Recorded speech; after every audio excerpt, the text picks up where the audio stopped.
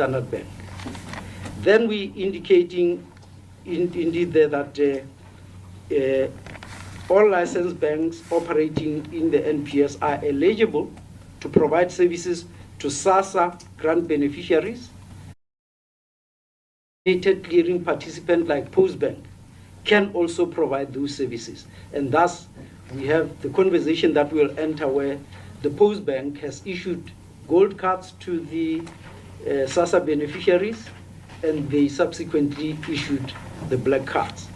Now, after the designation, we indicating here that we had to vary the designation due to some reasons, and we indicated there that the SARB deemed it necessary to vary the conditions of Postbank's designation after a cryptographic security breach at Postbank and fraud that was perpetuated on the Postbank SASSA gold cards. This action was taken in consideration of the NPS Act and the interest of the safety, integrity, effectiveness, and efficiency of the national payment system. Just to set the context of this cryptographic key, what happens is that parties that issue cards need to have a key that is used to sign those cards when they are issued. This is to avoid fraud, that a card may be issued or duplicated to perpetuate, to maybe access funds in somebody's account. And this key is a long key, and because of trying to avoid collusion, is divided into three. I'll just give you a typical example. Let's just assume that it's a 12-character key. Divided into three, it will have 4 characters each. One person is in control of the 4. The second person is in control of the next 4. The third person is in control of the third 4. So that if fraud has to be perpetuated, there should be collusion. Without any part of the key, the other 2 can do nothing. So that key is set up, divided into 3, given 3 people. We call those people security officers. Each one is in control of their part. And when the key is generated, I get my piece, you get your piece, somebody else gets their piece. When we have to load this key on equipment that will sign the cards, we all have to be there and bring our bits. So this is to ensure that for fraud to happen, those 3 people have to be colluding. Now, in this instance of the first variation notice, the 3 parts of the key was exposed, where one person could have access to them. And thus, one person has got the full key. And thus, in this case, we say fraud was perpetuated and things went wrong. So now, the variation notice by the SARB was to cause that key to be replaced with one that has got integrity. Because this one is compromised, you force that another key be issued and strict measures be applied to ensure that it's treated with integrity. Just to give the background. Then we indicate in there that the variation notice was considered the least disruptive instead of withdrawing the designation. So if fraud is perpetuated in the system, it will cause lack of trust of the system. Because there's fraud, I would maybe resort back to cash because I think my value that is stored is exposed because the key is compromised. So now, to minimize the impact on SASSA beneficiaries, a new key was forced to be issued, and the old key was no more usable. That is, you cannot sign new cards with that key, so that you avoid the fraud that could be perpetuated. And in this arrangement, both SAPO and the rest of the banks that are in that payment stream of card came together to mitigate the risk of fraud being committed. And indeed, honorable members will be aware, this was used to issue the gold cards, and those gold cards are still in the system, and there's no fraud, because no new cards can be issued with that key. A new key was generated that is used to issue the black cards. So the fraud was contained. The cards that are in the hands of the beneficiaries continue to work, but no new cards can be issued with that key. This was deemed as the least disruptive option from a regulatory perspective of the SARB to ensure that the beneficiaries are not negatively impacted, but the fraud is contained. This was the position of the regulator in protecting the system, just to set the context. This first variation was effected via Gazette 1606, as we indicate there, dated the 17th of December 2021. And condition 413 of the first variation notice required Postbank to produce cards for Postbank's entire client base using a new security key, which is the key that was used for the black cards. This variation notice was not met, and the reasons that we have as the SARB, as the regulator, for consideration of issuing the second variation notice was twofold. But I think the Postbank could talk to it because they have more detail. First, at the time, the Postbank was capacitating itself, and it had to appoint the chief security officer and some positions. And at the time, they were given a moratorium not to appoint by the principals based on financial impact or something. So the Postbank wanted to fill some of the positions to be able to address the issues. But there was a moratorium that was twofold. First, they were unable to capacitate themselves and fill certain roles because they were told to halt the hiring. They can say more about that. Secondly, there was a moratorium on them onboarding service providers that could have assisted them to address the generation of the new key and the system issues that were involved.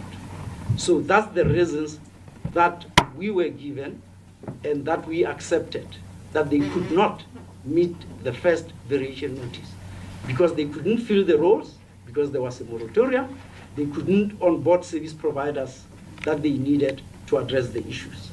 That's the first issue relating to the first variation notice.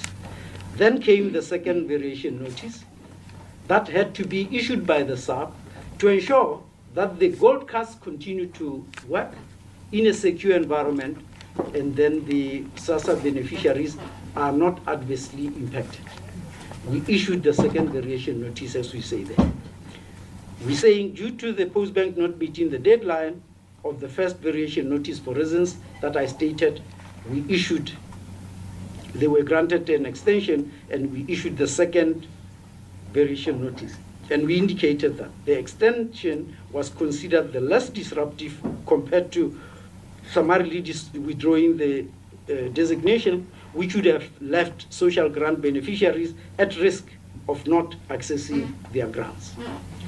We issued the second variation notice. When the deadline of the second variation notice came, it was not met. And the reason that we have there was that the moratorium of the Postbank sourcing service providers that could assist them to meet all the conditions was lifted late. It was lifted by the state organ responsible 6 months before they had to meet the deadline, and there was not enough time for them to meet the deadline. We indicate that in the interest of ensuring that the beneficiaries are not negatively impacted, that's the reason that was provided.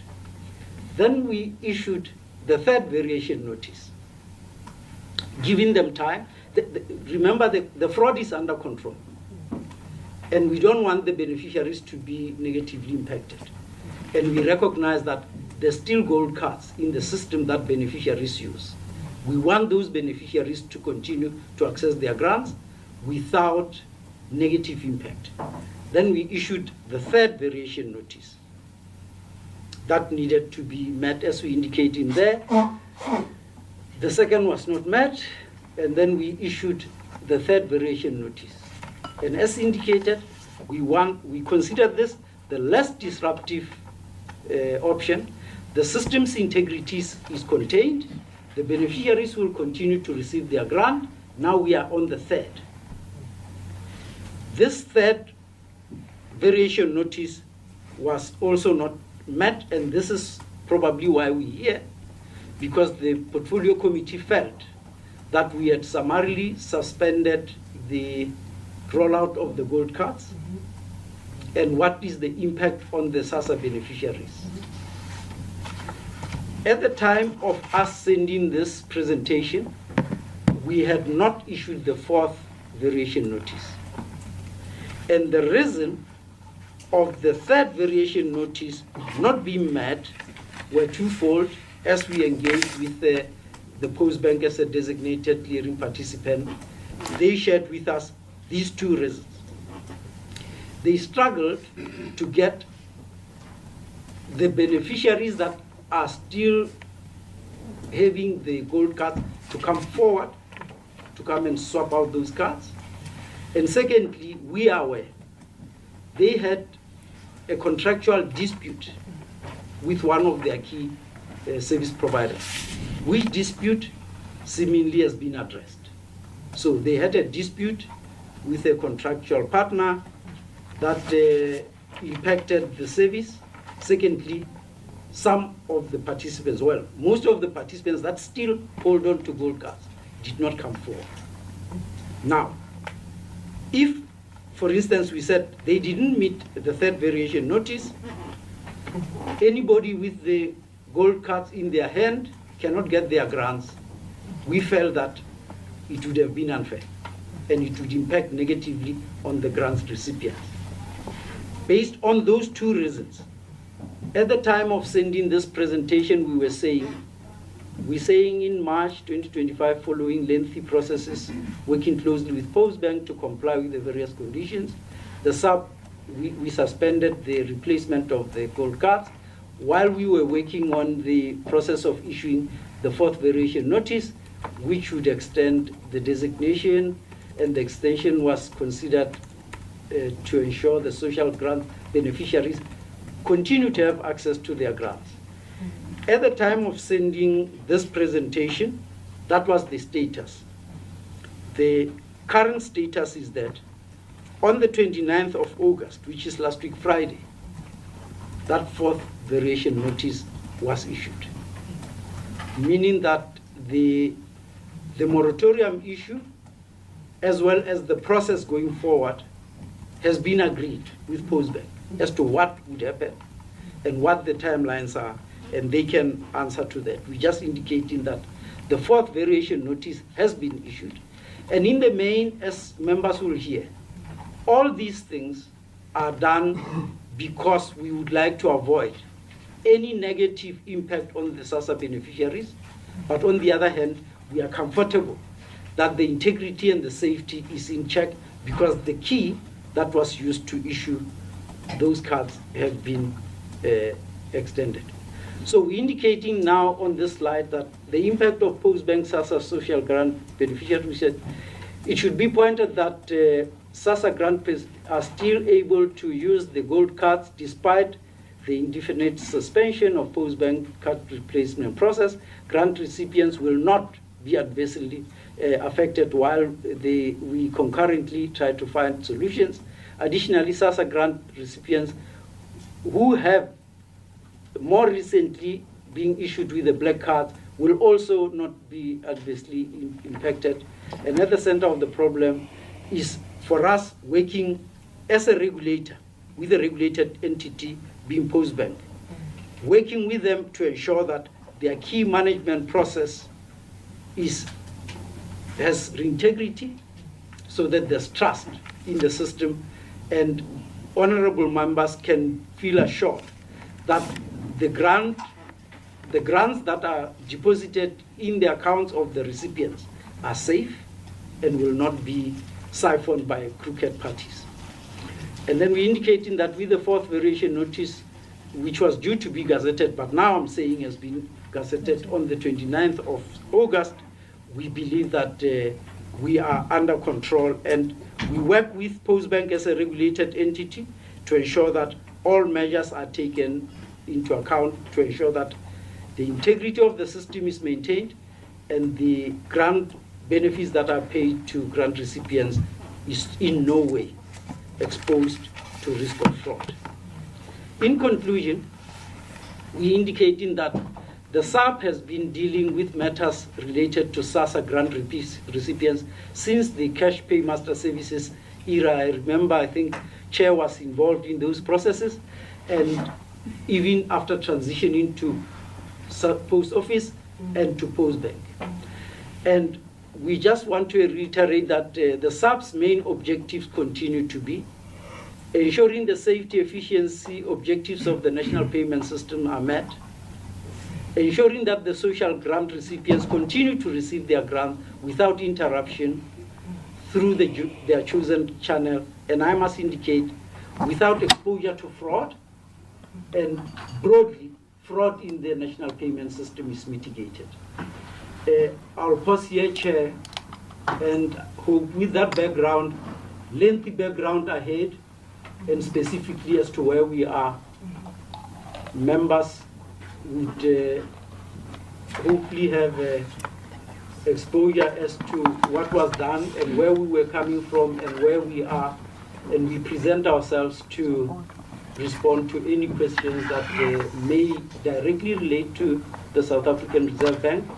And we hope that in the slot where Postbank could need to present themselves, they will clarify some of the aspects of what we presented. We thank you, Chair. Thank you so much. Sorry. Thank you so much for that presentation.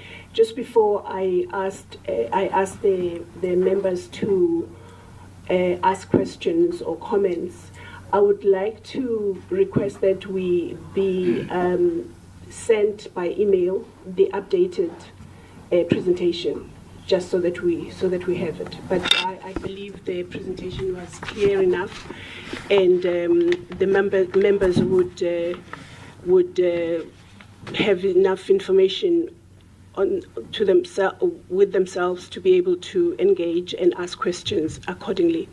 We are looking forward, as you say rightly, to the presentation by the Postbank, where any gaps, if at all, will be filled in the process of them presenting to us this morning. We also did not receive the presentation, honourable members. The presentation from Postbank arrived this morning. Yes, so if you can just, I'm sure you will be able to go through it as the presentation takes place. It doesn't look like a long presentation at all. So if you could just, by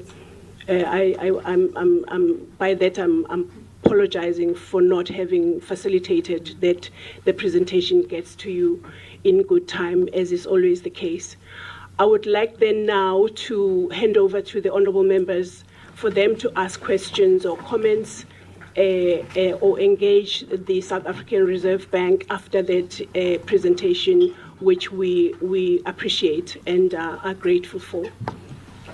Honourable Abrams and Honourable Ramayila, Honourable Mare, Honourable Tafeni. You are welcome, Honourable Tafeni. We did hear that you were on your way.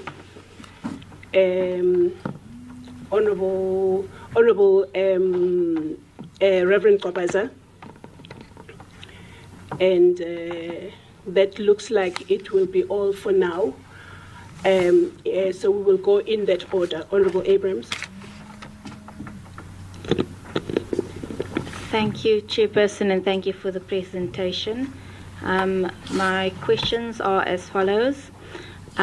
What does the sponsorship for settlement mean in practical terms? And then your role as an overseer. And it's, in your presentation, you said you've been coming along this relationship with SASSA since CPS days. So that means you've also participated with the COVID SRD grant as well. So we also know that there was widespread fraud and corruption within that grant as well. So what then oversight role did you play when it came to fraud and corruption with that grant? Then also, are you, well, is it your opinion, or are you in support, I'm just trying to phrase it, TC, do you agree that, maybe I should ask it this way, do you agree that SASSA should have MOUs or agreements with selected, if any, insurance companies offering policies like funeral policies, noting that beneficiaries would very often have little to no financial education on the available options, and therefore it circumvents the constitutional right to self-autonomy over their finances.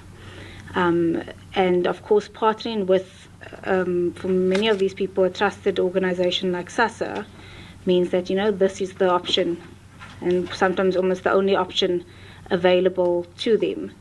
So I'd just like your comments on that, because I asked this in the wake of now again unlawful deductions that are coming up, and also the fact that it can be viewed that these companies are in a way exploiting senior citizens with little to no financial education. And then on the same topic of unlawful deductions, is it not in breach of the National Payment Act in that these companies take money before the grant is in the bank account? And I mean, if the National Payment System is responsible from paying process all the way to beneficiary, is this then not in a sense a loophole that they've managed to find? In that it's operating at a point before it goes from payment to the beneficiary. And then how do we, if it is then a loophole, how do we then close that? Because, you know, the whole point of moving with Postbank was because Postbank couldn't do debit orders. That was one of the reasons we moved over to Postbank, unlike CPS that did a range of debit orders. But also, we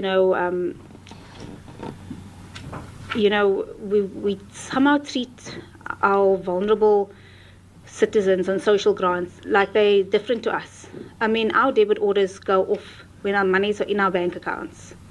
Why are they being treated in a different fashion? And then another question I have is, where is this now? Oh, it's a question I asked last time as well, but not ever to the South African Reserve Bank. Again, you and I and government, and government obviously uses the National Payment System. We get our salaries on the same day every single month. And it's been a call that is particularly the seniors have been asking for, because they struggle to plan their lives around different dates. Every month it's a different date. And now that more beneficiaries are banking with other banks, is it, in your opinion, possible that they too can get their grants on the same day every month, if it's this same National Payment Act that regulates your and my salary that gets paid on the same day, every month? And then why can't Postbank onboard new clients? Yes, they can move clients from the gold cards to the black cards, but why can't they have new clients signing up using the black card? And then during the cash pay point era, there was a lot of fraud and corruption and theft, and there was limited checks and control because we were working with cash, and they were cash in transit heists and the like, and there was a lot of suffering.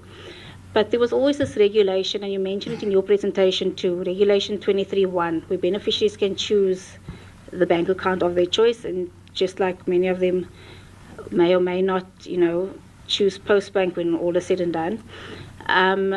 Why not then, as your role as an overseer, regulator, all of those functions that you do, why not then step in years ago and ask SASSA to actually adequately educate and roll and, with the full force of their comms team, prioritize this regulation and move people a lot sooner over to banks than go down this route of the South African Post Office. And then when my bank card expires, and this is once again, treating people, our beneficiaries, like they are different. When my bank card expires, the onus is on me to get my new bank card and to facilitate that I am home or someone's at home, etc., and to get my bank card. Why was the sole responsibility of the beneficiaries getting their new black cards put on the Postbank? Why was that responsibility put on them if everybody else, the responsibility is on their own person to do it?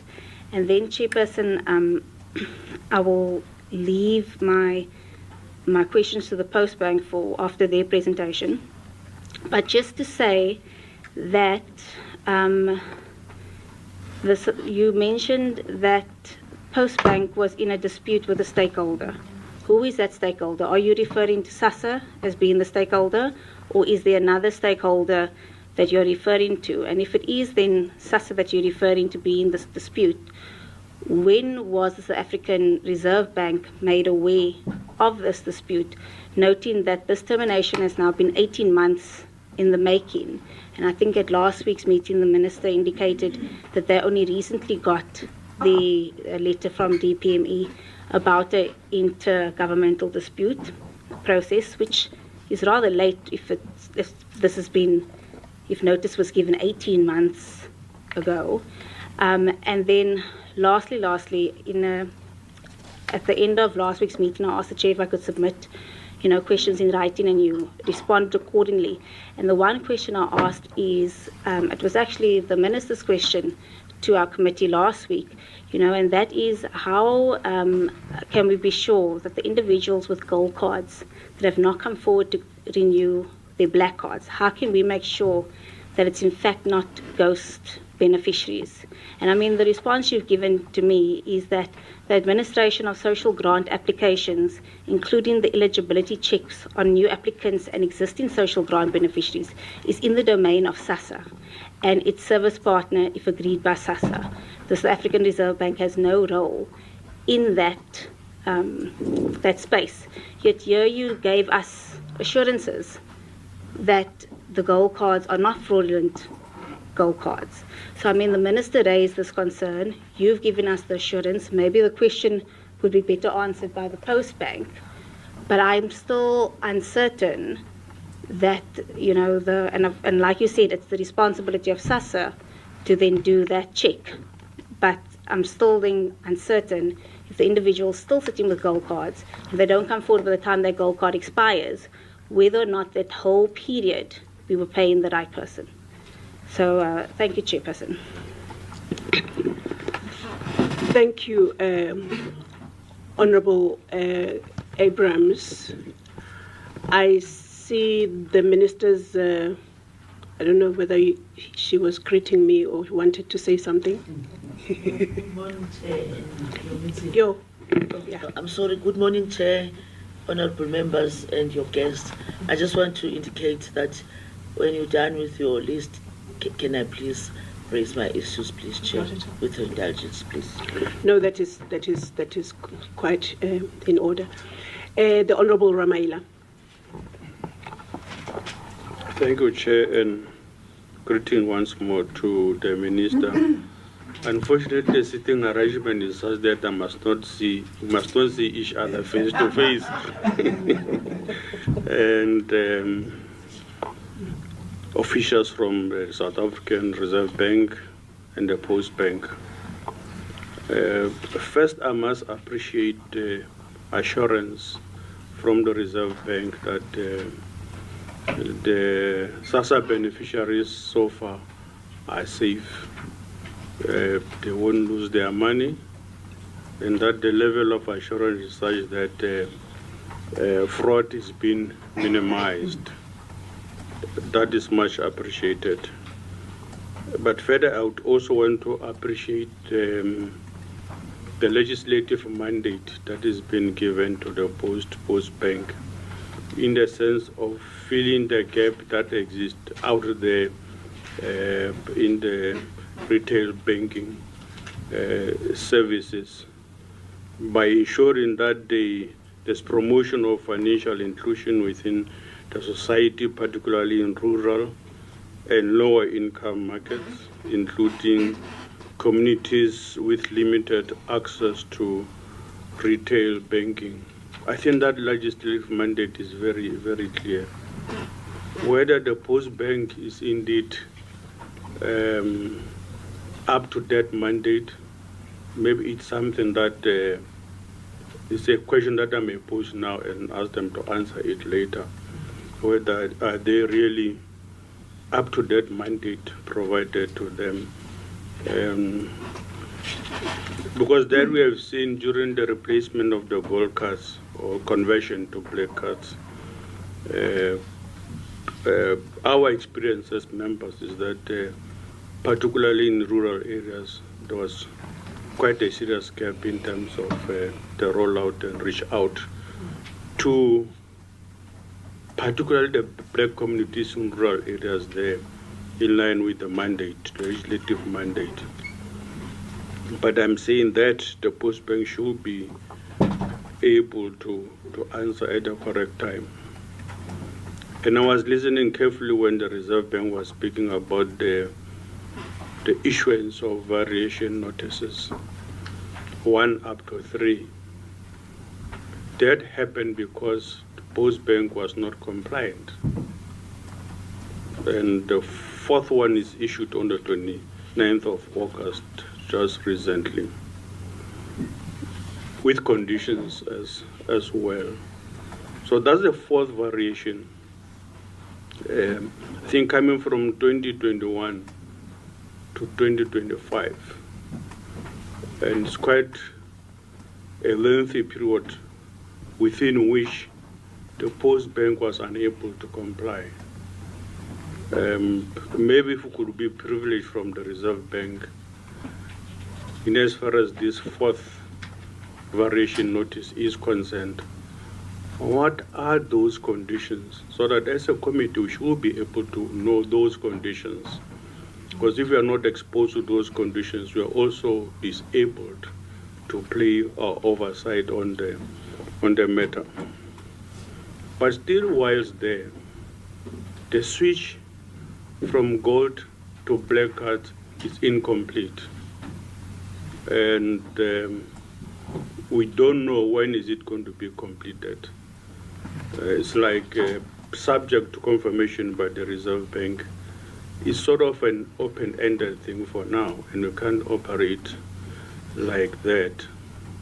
And according to the Reserve Bank, one of the conditions is also that the issuance of the first black card will result in the second issuance of the black card. Now, if even the first one of switching from gold to black is not completed, how will then the switching from the first black card to the second black card happen? But also, that borders also on the question that I say, we need to be provided with those conditions that the SARS has set up for the Postbank to comply, because it shows that the post taken into consideration. Then about the notice to terminate the MSA contract by SASSA. When I follow through briefly, the background is that actually SASSA initiated initially, but it had given 6 months. And in response, using the clause 5.1 of the agreement. Then Post Office said, just too short a notice, and in line with clause 5.1, give us 18 months, which 18 months is coming to an end now. Now that makes me to want also to talk to the nature of the contract between SASSA and the Postbank. And in terms of the nature of the contract, also as contained in clause 5.1, it says both parties have got an exit clause. There's an exit clause actually, and either of the parties can notify the other of the termination of the contract, which would then mean the contract is not an evergreen contract, according to clause 5.1. Maybe what we may then want to understand, as the fourth notice has been issued by the Reserve Bank, juxtaposing the termination of the MSA by SASSA and agreeing and accepting the assurance that the Reserve Bank has given us. In between, what should happen? Because I'm saying the legislative mandate of the Postbank, in my view, is a very important legislative mandate that must be carried out through. It's unfortunate that the Postbank is failing to carry that legislative mandate. Thank you very much. Thank you, Honourable Ramaila, for those questions and comments. I will now hand over to the Honourable Murray. Thank you so much, Chairperson. I want to greet each and everyone here. Thank you for the presentation this morning. And I think we all maybe have the same questions that we want to ask, is that I just need to know the timeline that you're going to have for the black card, the first one to be phased out. Because as you know, the gold card is running concurrently with the black card. So to introduce phase 2, how long is it going to take? Because at the very moment, people are not even sure the gold card and the black card, because both is working. My problem that I'm having is that these gold cards were given to our old people within malls, shopping centers. And as you can see here, you said the key requirement for Postbank to obtain its banking license is to separate from the South African Post Office to fully comply with the Banking Act. But at the very moment, Postbank does not have offices. Postbank does not have anything where all people can go and inquire to ask something. At the very moment, the only reason why monies are being deducted from the SASSA is because they can't have debit orders, they have these, orders, stop orders. And the only people that can stop the stop orders when the person go inside to the bank to stop that stop orders, because there's no debit orders going off, and that is why the stop order go off as soon as the money comes in. It goes off before the people even get the money. So that is a concern for me. And then also, I just would like to know is that because the post office is closed, most of the people don't know where to go. To have the second phase, does it mean that people have to go to the malls again to go and register? Because it was a very strenuous exercise for our people. People fell ill, they collapsed within that queues. And I just need to find out what is your rule on that. And after the key requirements for Postbank is obtained, are you making sure that this is going to become a state bank? Or is it just to give the SASSA money? And as you said, that everyone is going to get their money. Gold card, black cards, they're going to get their money. People mustn't stress about it. But I want to find out is that if that is the case, when is the gold card going to phase out? Because the gold card's time has expired a long time ago. We had the frenzy where people had to run to the malls to go and do these things. And you said that because of these different steps that you've taken, the variation that you took, that there was no more fraud but fraud even happened during the gold card, the black card now, because I have a person that was waiting for his money, and he went to the post office. His daughter is a member of parliament here. He passed away last week. He was buried, and the gold card was gotten. She got the gold card for the father. It was never activated. For 14 months, she couldn't get the money, running up and down to the post office because there is no post office. She was running up and down, making phone calls. And the person in Postbank could tell her that there's 26,000 rand in the account. The next minute, the money is gone. So it means someone in the post office took that money. So if you are saying that you have eradicated those things of fraud and all these things because of the variation of 1 to 4, how come it is still happening? And then the thing that I want to know is that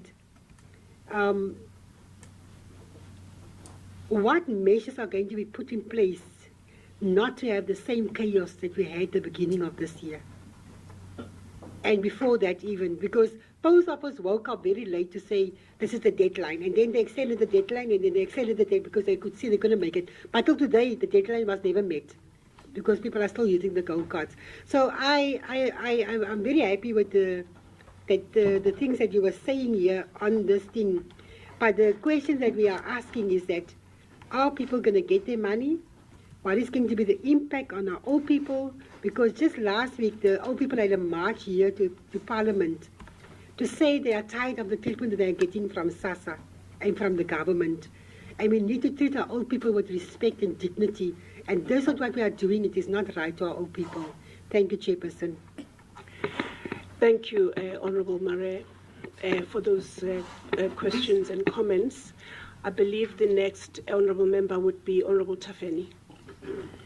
Enkosi sihlalo mandibulise kumphathiswa, ndibulise amalungu ekomiti, ndibulise isigaba sika-SASSA nabacacisi baka-Postbank. Chairperson, I want to put those comments and also the questions. What are the risks associated with the continued use of gold cards by recipients? And since this ongoing matter between Postbank and the Reserve Bank is far from being resolved, does this not leave gold card holders exposed to potential online fraud and the like associated with the continual use of gold cards? Lastly, what has been happening since 2021 to ensure that corrective action is being taken? In that matter, the primary rationale for banking regulation is to protect the clients. Does Postbank have any measure in place to protect its clients, and how is the message communicated to all parts of the different societies? Thank you, Chairperson.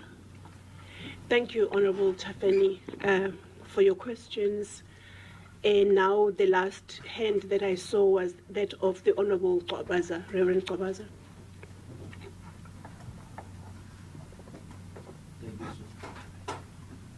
Thank you so much, Chairperson. Greetings to the officials of Reserve Bank. Chairperson, I see all of this. We are all government. We Reserve Bank, Postbank, SASSA, Social Development. I think we have a problem with government. When these things like this happen, we don't find integration, we don't find ourselves being able to work together and capacitate one another. I think it is beginning of this year when we spoke, and I spoke about the Postbank, that we are looking at it as a future state bank. Now, with Reserve Bank, maybe my question would first say, who owns the Reserve Bank? If Reserve Bank is able to, out of the deep hole African Bank was, and Reserve Bank was able to come in and help, and the bank is up, the bank is running now, Officials African Bank, And this is a state bank we are talking about, of which is Postbank. Where is the assistant? Where do we stop?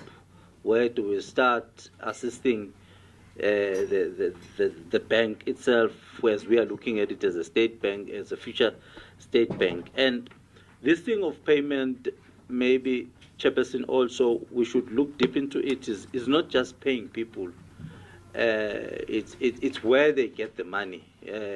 Where paying, we can pay, everybody can pay, but I think the issue here was that we have the post office, which is near the people. People are there, and people, the distance between the people where they stay, they are able to get their monies. It is not about paying, just paying, but it is where do we get the money? Do we have to travel days to go and get the money somewhere else, like it's happening now? Now, the biggest challenge, we are saying that no, there will be no problem. People will get their money, of which maybe, yes, Postbank people will get their money, and the others getting their money at ShopRite or at the banks while they are traveling that far. How do we assist this as a Reserve Bank now?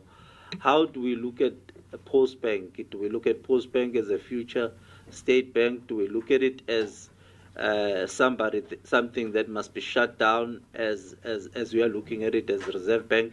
Since you can see that there are number of challenges that have been or variations that have been failed by the bank, and it is true that the bank survived because of SASSA with its coming through.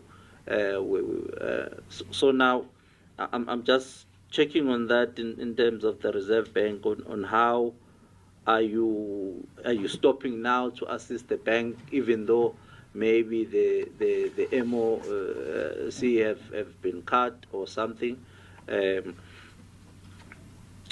Yeah, I think that was important. That was important, and as the Reserve Bank developing the country also at the same time, our intentions as Umkhonto says is to look at getting people or getting the payments closer to the people, and Reserve Bank come with some think tank on that, because at the end of the day, you are the regulator. We will say people must get money at the spaza shop, and the regulation say no, we can't do that. We say people, all of those things, and you come as a regulation, and maybe we decline that and say no, we can't do that. Maybe we can get people at the cooperative banks. People must form their cooperative banks, and they must be and you say no, you can't do that also. So what is there that you are doing as a Reserve Bank to mitigate the situation and make sure that the money get closer to people when they get paid? Thank you. Thank you, Honourable Reverend Qabaza. My question comes from, and I'm the last one before I hand over to the Honourable Minister. My question comes from an experience that I had during the constituency period that we've just had now. And my constituency is Alexandra in Johannesburg. And I was trying to assist a number of people about their SASSA issues. And when they showed me their card, their black card, the new one, I didn't know that it doesn't have a name of a person. It's just a card that anyone that gets given. I just wanted to know, is that right for my card, my bank card, not to have my name on it? Or am I just asking a question that doesn't even deserve an answer? But for me, I didn't say anything to the lady. I just helped her with what she was asking me for. But I thought to myself, when I get an opportunity to be in the same room as the Postbank and the South African Reserve Bank, I will ask that question. Is that the right thing for a bank card not to have my name? With that, I would like to hand over to the Honourable Minister. Thank you very much, Honourable Chairperson. Once again, good morning to you, to the honourable members present, to your esteemed guests from Reserve Bank, as well as departmental officials. I really must appreciate that you gave us an opportunity to be part of your meeting, which really gave us a lot of information, more than what the paper could provide. We really appreciate that. We're so really happy and appreciate this continued commitment for safeguarding the integrity of national payment system while remaining sensitive to the needs of our grant beneficiaries. We really appreciate the kind of work that Reserve Bank is making. Chair, central to my inquisitiveness is whether the gold cards are not replaced. Are they still safe? Like Honourable asked earlier on, I raised this question last week when we came to come and present before you. And we got to be aware that cards are now working parallel. Now my anxiety here, and all of us, is that in our understanding, Reserve Bank penalized the cards. Just, that's my simple English. Apologies if it's too hard. The cards were penalized, then there was a process put in place. There were deadlines for cards to be replaced more than once. Chair, because of anything that is not in the interest of Reserve Bank, but deadlines were not met. And the last deadline that was imposed was one that shook the country. I came before you shivering with the whole delegation because as the committee you frowned at us because our beneficiaries were made to stand in long queues under very difficult circumstances. Very old, some not physically fit to have been made them to get involved in that.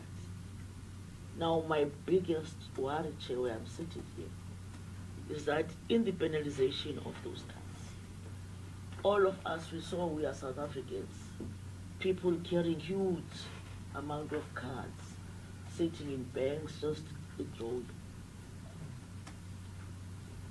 Now when they were penalized, we were all happy. And now we got to hear that after all that good effort, that all of us made us to really have this impression that now that problem is being resolved. To date, gold cards are still running. Now my question will be, what are the implications? Knowing that there was that kind of, maybe I must say, alleged corruption, because we all saw that no one can own more than 100 cards, but we saw live happening, people drawing money. Now we are sitting with this very important information that in fact those cards are still in use. Now if we can be taken into confidence, what then becomes the implications? I understand very well all the challenges that we have, but my biggest problem is what we did into the elder persons, which are beneficiaries, that we made it and inconvenienced in a big way for them to meet deadlines. And we are seated here, we said, no, those deadlines were not deadlines anyway. I did last week report to you, Chair, to say, in trying to mitigate what was a disaster, we're still going to come in account. SASSA spent plus minus 20 million because we had no other way but to mitigate, because those were our clients and according to SASSA Act, we are the sole responsible entity to make sure that grants are distributed to the right person at the right time. Chair, not only that, with that respect, we got to be part and parcel of those cards that were replaced firsthand because we were on those points. We know and we reported the disaster that we all experienced. But on the spot, Chair, we reported here that some of the cards on that day could not work. And again, because this is our sin, elder people were made to go back home on that day for them to come and try the following day in case cards will now work. That was the second problem, and the challenge that we still have to hear from our esteemed guests here, which is Reserve Bank, on how then are we going to resolve that? Because out of the experience of members of parliament in their different constituencies and the work that they do on a daily basis, we got to be informed that in fact this is still the case.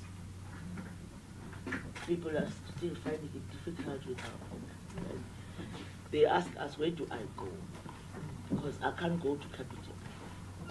I can't go to any other bank with all the difficulties that they experience in trying to access those banks, which are in most cases in a huge distance from where they reside.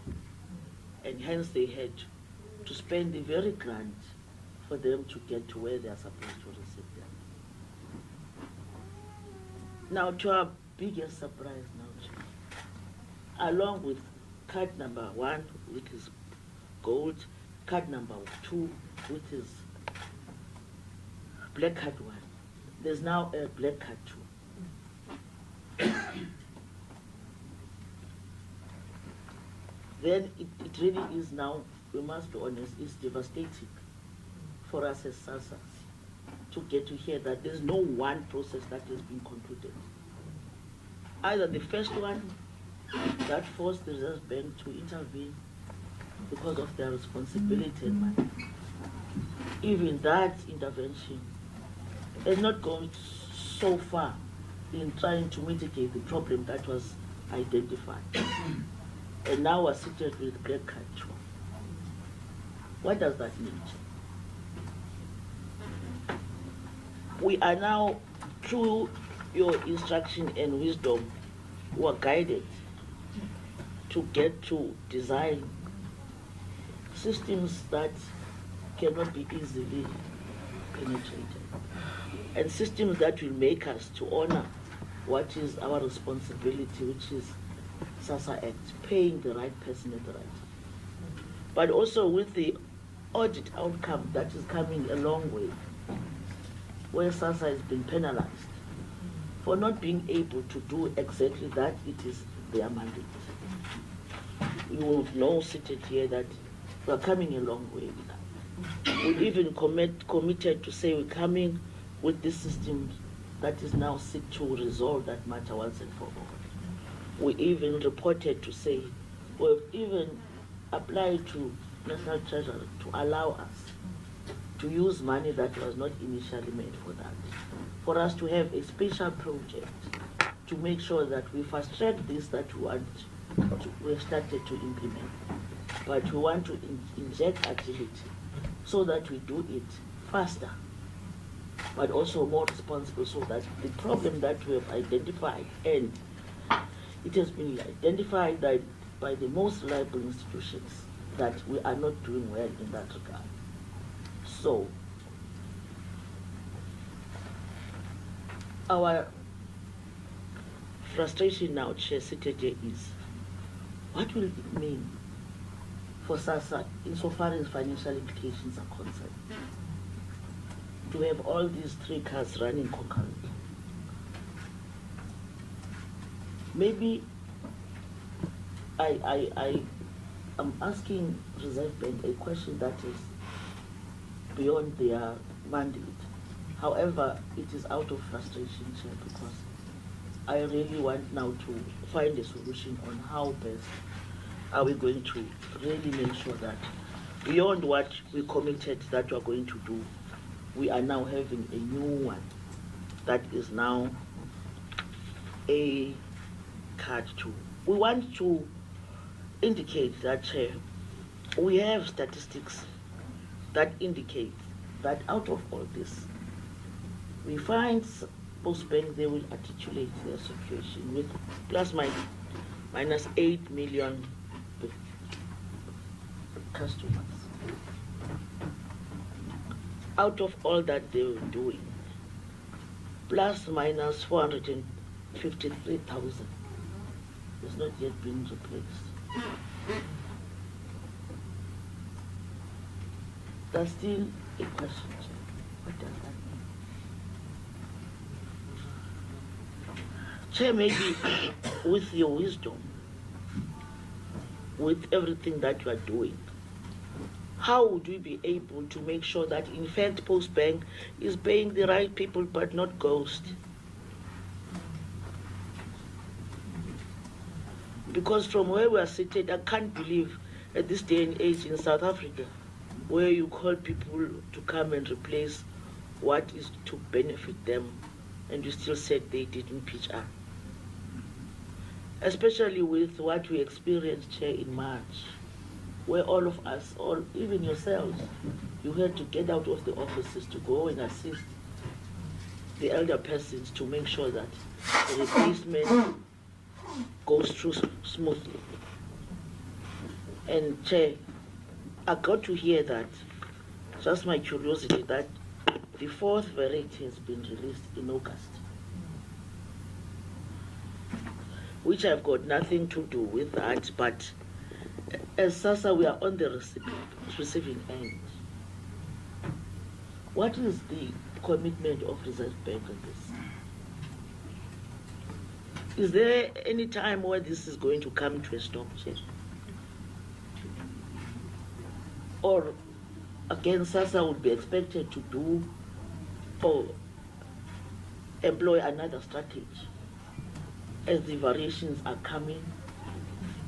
Do we have to spend more money to rescue what will be the outcome of the AG in the next financial year, which will be 26-27? Who will take this responsibility? Because the 6th administration, you know, gave AGSA the powers that if it thinks that the responsible executive authority is to take the blame, she or he might be held personally liable. Should we really make ourselves ready for that eventuality? If no, how is the Reserve Bank going to rescue us? Because for me, they are the one who have an authority. Chair, I'm not going to respond on the SASSA versus Postbank, because the Postbank used its right to take the matter to court. So the matter now is in court, and I guess with your knowledge and experience, we wouldn't want to really say anything about that. So this is why I will not respond on the matter. But this is what we thought we should take this advantage, Chair, that you invited us in this meeting and ask these difficult questions that ourselves we cannot respond to, but they come direct to us because we are responsible for the implementation of SASSA Act in this regard. And as executive authority who plays oversight over SASSA and its CEO, I thought I should really make a plea to be really assisted in this regard. I'm not suggesting anything about anybody, but I'm saying, Chair, what is this? Where is it going to end? What are the implications? Who will be made liable in the end? When, if it's going to stop, when? But once again, Chair, I must, in closing, assure the members that the termination of the agreement is not going to affect both Postbank clients as well as all other clients who are using all other banks. Thank you very much. Thank you, Honourable Minister, for those questions. I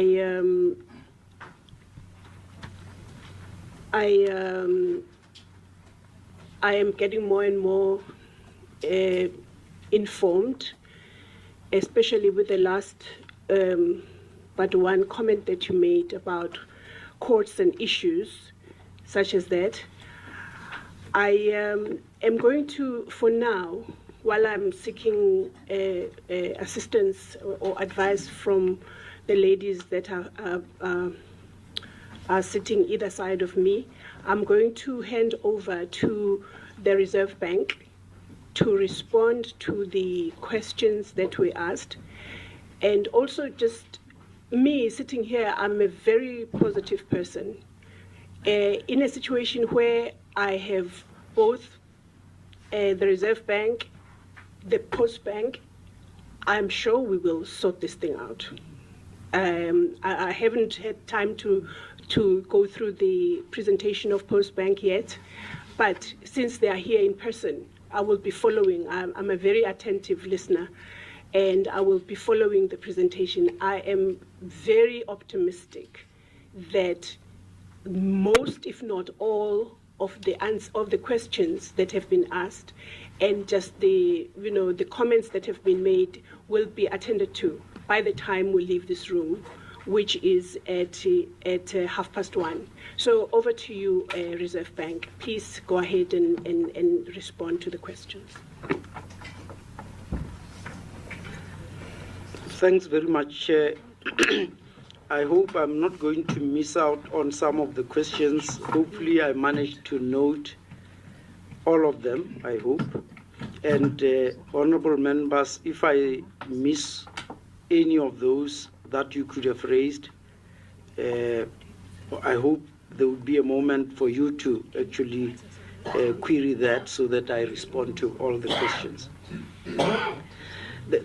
The first question was for us to shed light about what we mean with this sponsorship in settlement. So I'm going to use just as an example, and hopefully the example will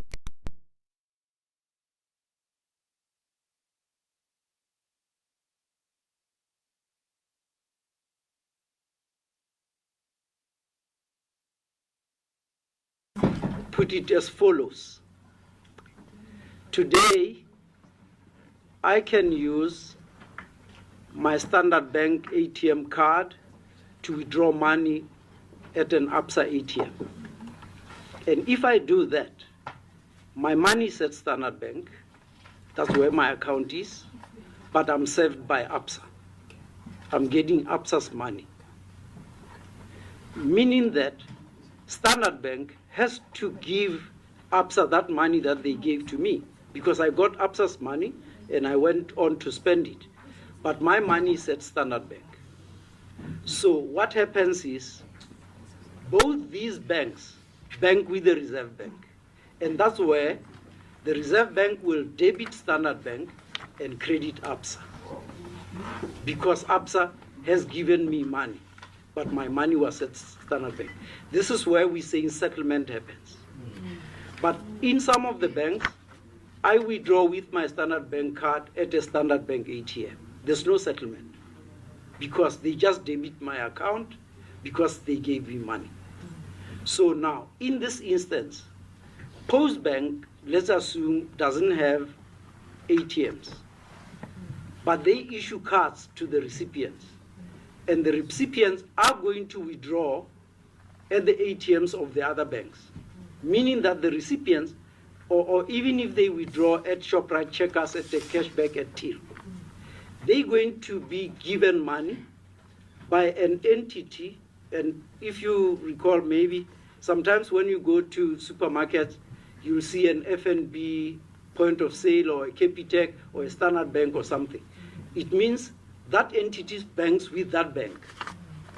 So when you get that money, the transaction moves through the owner of that gadget, and you get the money. But in case of beneficiaries, their money is lying in Postbank. So Postbank has to pay that bank or that entity for the money that was saved, and that's where settlement happens. So Postbank holds the account for this beneficiary. They keep track of the balance and all that, and the obligation arises where they have to now pay the other bank. That can only happen through Standard Bank because Postbank does not have a settlement account in the SAP because it's not yet a bank or it's not a bank. So that's where the sponsorship comes. They can serve the client, but when the money has to move, it moves through Standard Bank, who is their sponsoring bank. I hope maybe it sheds light. Yeah. In the purchase of goods is the same. I go to Woolworths with an FNB card, but the terminal at Woolworths is Nedbank, meaning that Nedbank is the banker of Woolworths, and my money has to leave from the Standard Bank, from the FNB account, into Nedbank, into the account of Woolworths, because they gave me the goods. So that's maybe the mechanism just explaining the settlement sponsorship. Now, Before you go on, sorry, Chairperson, I just want to check whether that particular bank is charging the beneficiary. I just want it to be clear. Okay. Yeah, this is an important question, and I'm going to answer it in the context of Postbank, and I hope I don't get it wrong. If I get it wrong, they must correct me. So, beneficiaries today are able to open an account at any bank or Postbank to receive their grants. It is my understanding that those beneficiaries that open an account at both Postbank is compensated by SASSA, and they would get a few fee-free transactions. No cost, no charges. But I don't know how many withdrawals, but the Postbank people can talk to that. There's a few free transactions if you receive your grant at Postbank. If you receive your grant at another bank, it's going to attract the ATM withdrawal fees and all those kind of things. Because the banks don't differentiate between a SASSA client and any other client. Seemingly, that's the model.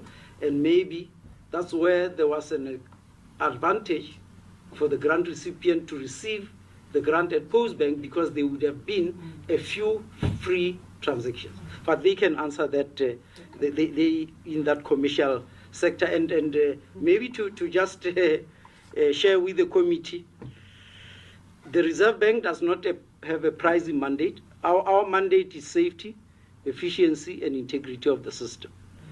And if we venture into pricing, we'll be taken to court. Because according to the Act, we don't have that mandate. The Financial Conduct Authority maybe are closer to that, and the Competitions Commission. We don't have that mandate unless the lawmakers gave it to us, and we'll see whether we can discharge that. But we understand the pricing, because where things are happening wrong, without a mandate, we use our moral suasion to sway the market into the right direction. But we cannot enforce, because we may be taken to court. So the second question, I hope the settlement one is clear. The second question was relating to our role as overseer, and specifically relating to the COVID era and the SRD grant and fraud that could have been perpetuated there.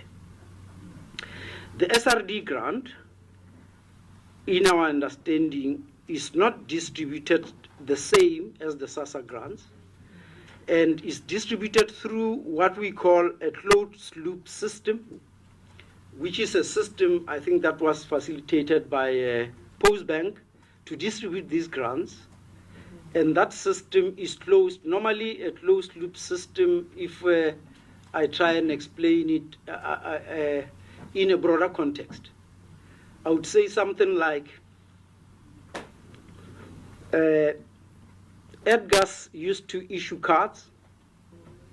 They give you credit on that card, but you could buy Mango plane tickets, and you can buy in-store and all that. It's not used in the open. It's used only in a specific environment. So that's why we say closed loop versus open loop. An open system works in the broad NPS.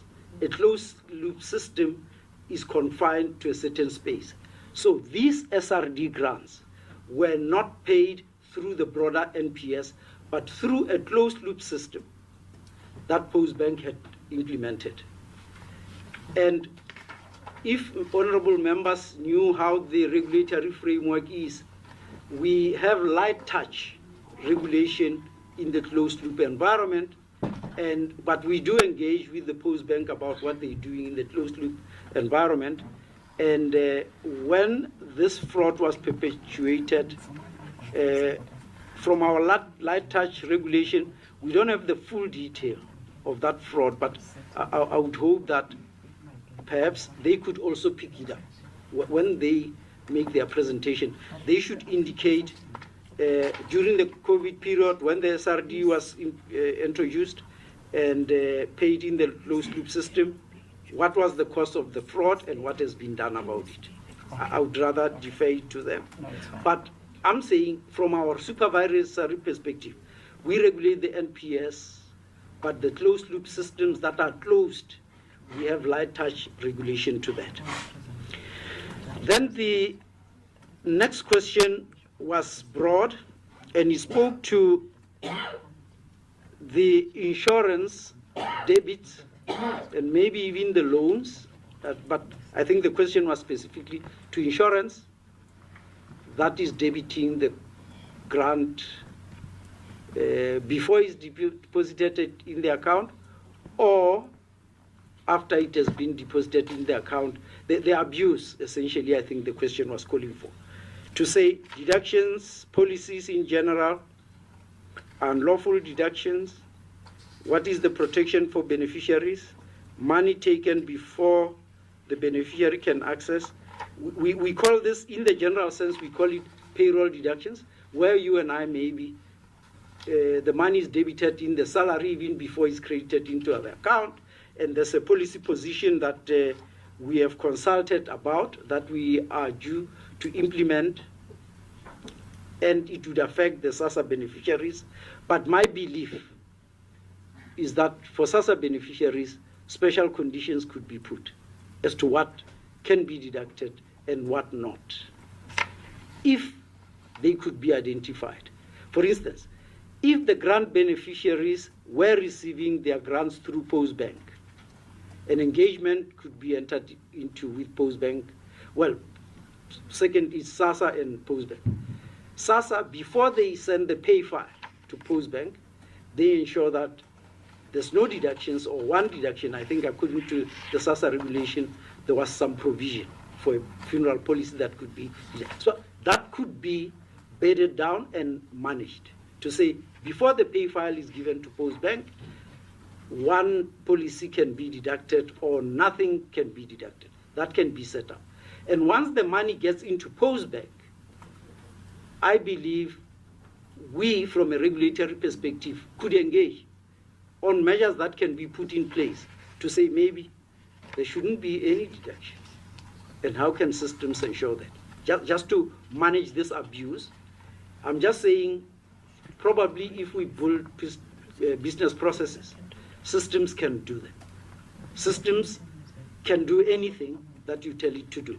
So if we could set up parameters and say that indeed this issue of abuse can be managed. I mean, when we were still dealing in the CPS era, this was a key problem. I don't think it is as big as it is, but measures can be put in place to manage the abuse in terms of what is deducted from the grant before it's paid into the account. And even after it's deposited in the account, what is allowed and what is not. My belief is that we can lend our hand to ensure that measures, we work with the parties to ensure that the vulnerable are not exploited. I don't want to bore the committee about this. In the US, they have systems where they're restricting how you can receive the grant in order to put safeguards and all that. So, but those aspects can be embedded into the system. Now, the next question was, why can't Postbank onboard new clients? I think in the conditions of the first variation notice, and my colleague sitting close to me can indicate whether it permeated, we wanted the conditions to be sorted out as soon as possible. And we said, while the conditions are being addressed, any aspect that impacts the card key security compromised should not be extended, because otherwise you will just be extending the risk. These are conditions that we put in the variation notice. The Postbank CEO did take this matter with us, for instance, to say, yeah, well, they understand that, but what about if they want to sell insurance? Why should they not do that? Because it's unrelated to the concern with the card key. And we believe, yes, we could allow some aspects, but anything that could be impacted by the security key that we're trying to address, we rather believe that put on hold, we address the situation, and then we come back. And I think this comes to one of the questions, and I'm just throwing it in here, to say that I mentioned that we managed to curb the fraud that relates to the security key. But there's a question that says, but fraud generally still takes place, and I think I should apply myself to that question and say, when I say we managed to contain the fraud, is the fraud that relates to the compromise of the key. But whether an employee within Postbank can steal somebody's money, we wouldn't know. I mean, if the controls are not appropriate, a fraud unrelated to the security key could still take place, and we wouldn't know. But I think the Postbank has internal processes to ensure that that doesn't happen. But relating to the onboarding of new clients and issuing them with new cards while we addressing the key issue, that was what the condition was. But I'm not sure whether it's still in the conditions, because based on the questions that were raised, my colleague is going to flash the conditions that are in the fourth variation notice. There was a question. What conditions and what timelines? So I'm preferring that we rather flash the fourth variation notice so that you see what conditions are in there. And we also give you information about the timeline of meeting that. But I'm going to comment on one question that kept on coming about the gold cards in circulation and when we will get them right. So then there was a question relating to the fact that the position relating to Postbank, and I'll just sketch a background because I had the fortune of being involved in this matter from the CPS era. Honorable members maybe will know that during the CPS era, there were issues between SASSA and CPS. And I happened to be a member of the Constitutional Court committee that was appointed to interrogate the issues and propose the way forward. And the Constitutional Court committee interrogated the matter, had their report, and forwarded it to DSD, Department of Social Development, and to Parliament as to what needed to be done. And this is what culminated in Parliament deciding that their preference is that social benefits, the SASSA ones, be distributed through Postbank. And that's where the decision was taken that Postbank would, to some extent, be compensated to even provide free services, and for Postbank to put measures to protect the beneficiaries. That's where the decision came from the policymakers, out of that structure of the Constitutional Court. Now, this was the government's position for leveraging Postbank to distribute social benefits, so that some of the shenanigans that we're concerned about during the CPS era could be mitigated. That's where it's coming from. Then there's a question relating to the dispute with the service provider. And this the dispute between Postbank and its service provider, that service provider is not SASSA. It's their technical service provider that provides them with technology. And at the heart, as we understand it as the SAP, Postbank was taking issue about the exorbitant fee that this service provider wanted to levy on them, and there were even court cases, and they resolved that matter. We mention in this that dispute impacted the delay in some of the internal processes of Postbank. But it seems they ultimately found each other, and I think, if I recall, they resolved, this matter was in court, but has been resolved out of court. They may talk to that, but the service provider was not SASSA. It was a technology service provider based both in South Africa and the UK. But they can speak to that. And I hope that has been resolved. Then the position of gold cards holders, fraud and current cards. Yes, I indicated already that when I'm saying the fraud is under control, is the fraud that is related to the compromise of the key. Other fraud of fraudsters, if Postbank has got rogue employees, maybe it can still take place. And if SASSA, for instance, when they issue their pay file, there's ghost beneficiaries in there, maybe they could still be, but I think the system is in a good space in terms of observation from the sub-side, but I think we will intervene if the safety, efficiency, and the integrity is involved. And as we regulate banks and designated participants, we'll engage them if there's prevalence of fraud that they need to take care of. Then there was a question about Postbank being well positioned to fill the gap for ensuring access to services. Indeed, the banks are not going into far-flung areas where services are required. And if the policymakers, including yourselves, believe that someone can be given a mandate to go there and ensure that services are rolled out, I believe that if the Postbank is that party, it could be supported to do this. But I'm going to indicate further down what the SAB is doing in ensuring that the underserved are served.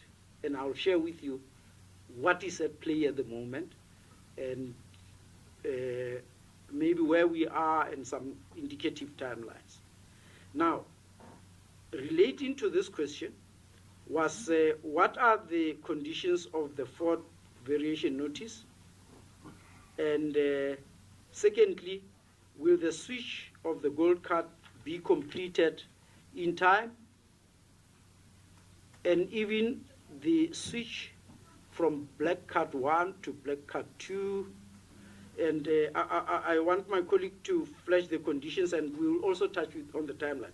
But I want to indicate this relating to the gold cards, and based on my interaction, my and my team's interaction with Postbank, to say these remaining gold cards, why are they hard to replace, and what interventions can be brought into the equation.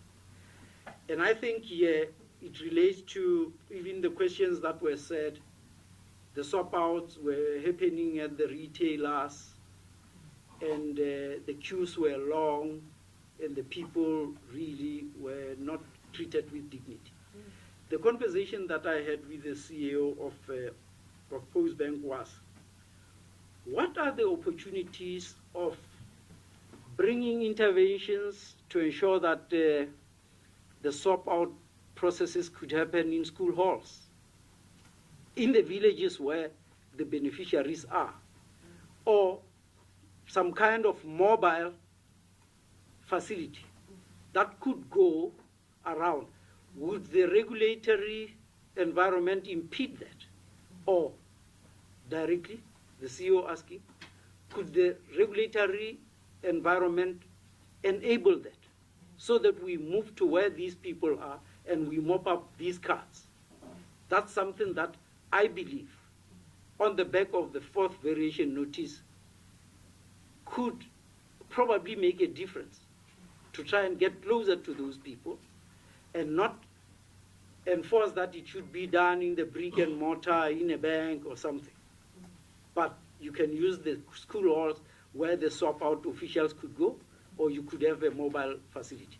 This is something that could be brought as an intervention to realize the fourth variation notice. It's something that, with the possibility that the Postbank could find, could be facilitated to try and mop up, I think it was said, the 400,000 odd cards that are still to be swapped out.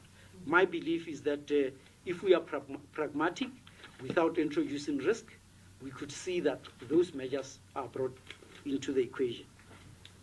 Then the question relating to, okay, yeah, maybe before I go further, my colleague says the conditions. Do we have the technical provider to? Otherwise, we're going to have to read it to you, but it is on our website, because after gazetting, we have put it up there. But maybe if the technology is failing us, he could just flash it. And I'm not going to read the whole condition, but I'll just indicate what the conditions are for the benefit of the committee. In the interest of time, Chair, we could wait, or I could process them. Was this the last question to be responded to? No, or maybe I can skip that one and we'll come back to it. Yes, let's come back to it. Yes, I'll just be trying to get someone to, our technology person, to come back and help us. Yeah, and then that question with the condition says, when will the switch from the gold be completed? It is part of the timeline in there, and I just said, can we have ways that can enable us to reach those beneficiaries? And I mean, I'll say here, and Postbank can talk to that, to say, what about if those beneficiaries don't come forward? And this question relates to the bulk of the matters that have been said, but I'm going to just put a general rider on it. Normally, when we get cards, you find that they have expiry date.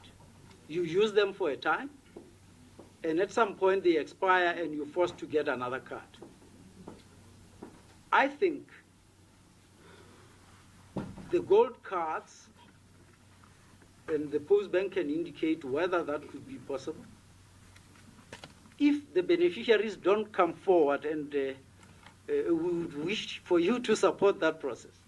If the beneficiaries don't come forward, in this analogy of cards expiring, at their expiry date, they will be forced to come forward and swap them out. Because if your card expires, you go and get a new card. And when you go there, because the key has been suspended, you can't get a gold card. You'll get the card with the most safest key, which is the new key. I'm just mentioning that to say, on many of the questions about the life of these gold cards, you could force them to do that, and you could stagger them. You could have a reasonable timeline and do that. Then, the Yes, well, the second question I'm not going to be able to answer. The termination of the MSA, the timeline, the nature of the contract, the exit clause in the contract. Mention was made of clause 5.1, and I can't answer that, and the legislative mandate of Postbank, and I indicated that coming out of the constitutional court structure and going off CPS, the legislatures, the authorities like yourselves, I think, thought that the Postbank could be leveraged to distribute these cards. And then the timeline for phasing out gold cards, I think I spoke to. Venues for swap out, as I indicated, some mobile facilities could be considered. Postbank does not have offices, indeed, and stop orders at Postbank and other banks. Yeah, this, I think, those deductions, interventions could be brought to protect the beneficiaries, and this would be a conversation that SASSA would need to be comfortable, and yourselves would need to be comfortable with. Postbank can implement that, and if it goes to the other banks, we can engage as to whether they can identify accounts of social beneficiaries and ensure that they don't attract deductions. And then Postbank as a state bank, I think there's that aspiration, and we as the SAP will work with within the processes that may have been decided. Okay, fraud not related, no, that I answered to why there's still fraud. I think I answered that by saying we contained fraud that is relating to the key. There may be other fraud that is unrelated. What measures are in place to avoid confusion? Yeah, I think in our regulatory role, members should be aware that we don't regulate SASSA, but we regulate Postbank as a designated participant. So when these matters were happening, Postbank can bear us out or maybe dispute this. We were emphasizing Postbank aligning its messaging with the messaging from SASSA. We don't regulate SASSA, but we believe the Postbank and SASSA have got a relationship. So when there's messaging, we were impressing on Postbank to ensure that there's alignment between the message they issue and the message that is issued by SASSA. And for us, our call was that the messaging should be aligned to the regulator's position and what, because we don't want them to communicate something and the SAP says no, it's not what we agreed upon. So that alignment we were calling for to avoid the confusion. And what are the risks for continued use of the gold cards? We are saying that the risk of the security key that had fraud before being used to perpetrate fraud has been avoided. So at least that part, that is our concern. But having rogue employees, maybe that can dip into people's accounts, needs to be addressed through internal processes. What has been happening since 2021 to protect the clients? Our call has been, in whatever regulatory intervention that we bring, we do not wish for the beneficiaries to be deprived of accessing their benefits. That has been safety, efficiency, and whatever, but ensuring that beneficiaries would continue to receive their grants. And I think one of the questions was raised about, what about possibility of rogue beneficiaries? That one I will put here, as SASSA can also answer for themselves. I think SASSA has got a database of who qualifies for the benefit, and they generate a pay file, and they segment it, and they send a portion to Postbank, they send portions to other banks where the beneficiaries receive. My belief is that at the base, that database has got integrity such that there's no ghost recipients. But because that's the source, if you have ghosts there, they're going to be paid. So hopefully that is under control. But once Postbank receives their portion of the file, they should just ensure that they credit the right beneficiary. and the other banks, when they receive their portion, they should credit the right beneficiaries. I hope with that the ghosts could be contained. But if there's concerns of ghosts, I think SASSA is doing a good job to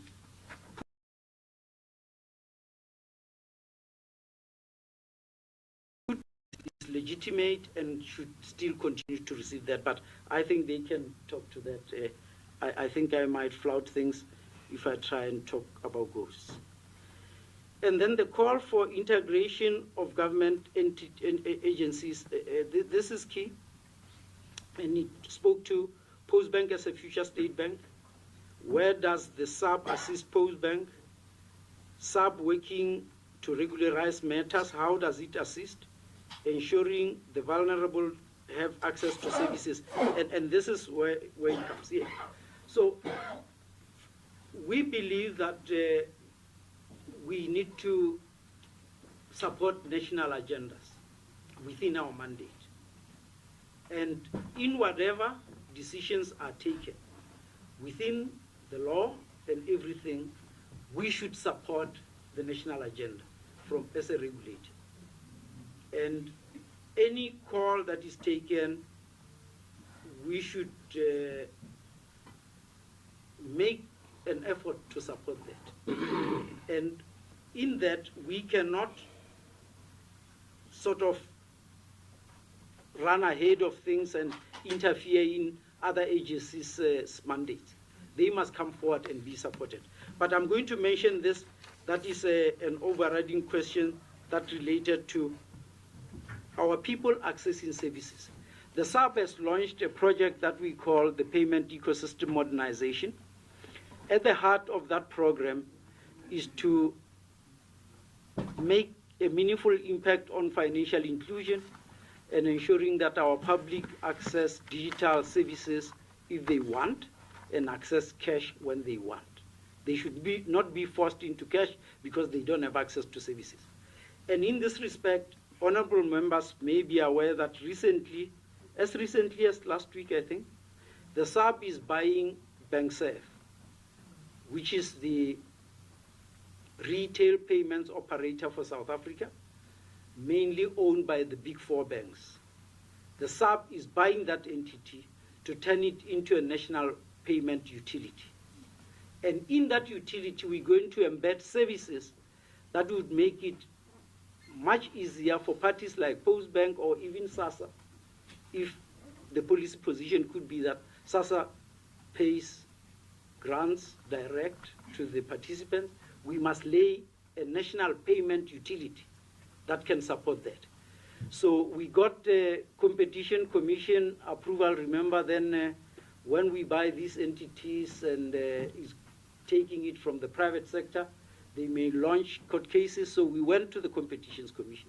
We've got approval last week, I think, and the Competitions Commission has recommended to the Competitions Tribunal to approve this transaction for the SAB to buy as private sector entity and turn it into a national utility so that we can have services reach our people.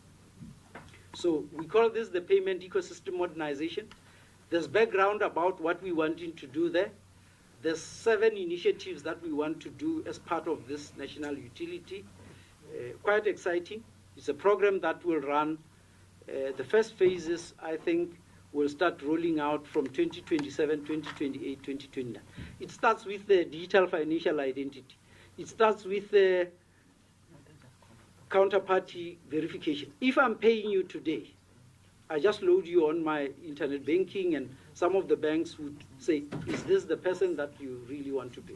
So that you verify the other party. But it's more about even money laundering and other things to safeguard our system. We want an effective retail offering where grant recipients do not necessarily need to receive grants in their bank account. They can have digital wallets, and they can receive them in those digital wallets, even at non-banks.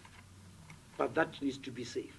We need to have an embedded fraud management system in the national payment system so that we can mitigate fraud and address the issues you know about the grey listing. There's issues there.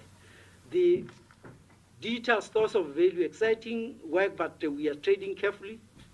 And here, please, this is at its infancy, and some of the positions maybe we don't support, but where people talk about source of value to say, I want to be paid in fiat, some of them could say, I want to be paid in Bitcoin and all that. I mean, these are crazy stuff. There's various stores of value that you could be paid in. And then there's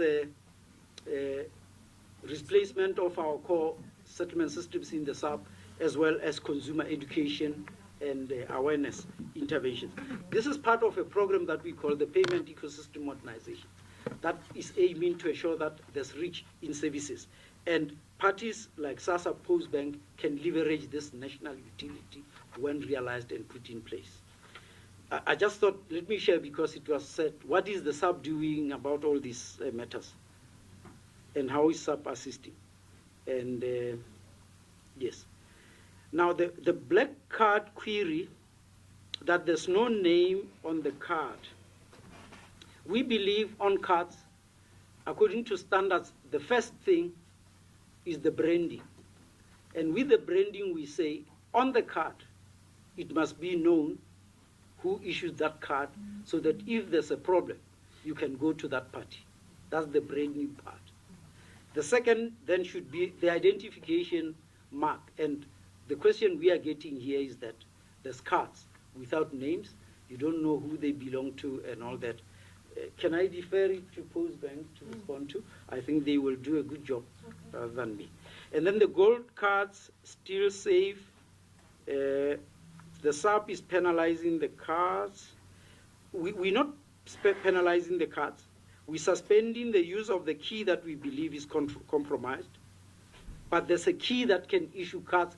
If a beneficiary today lose their card and they need it replaced, it will be issued because there's a key, but it will not be issued as a gold card because that key has been suspended. So that's the response there.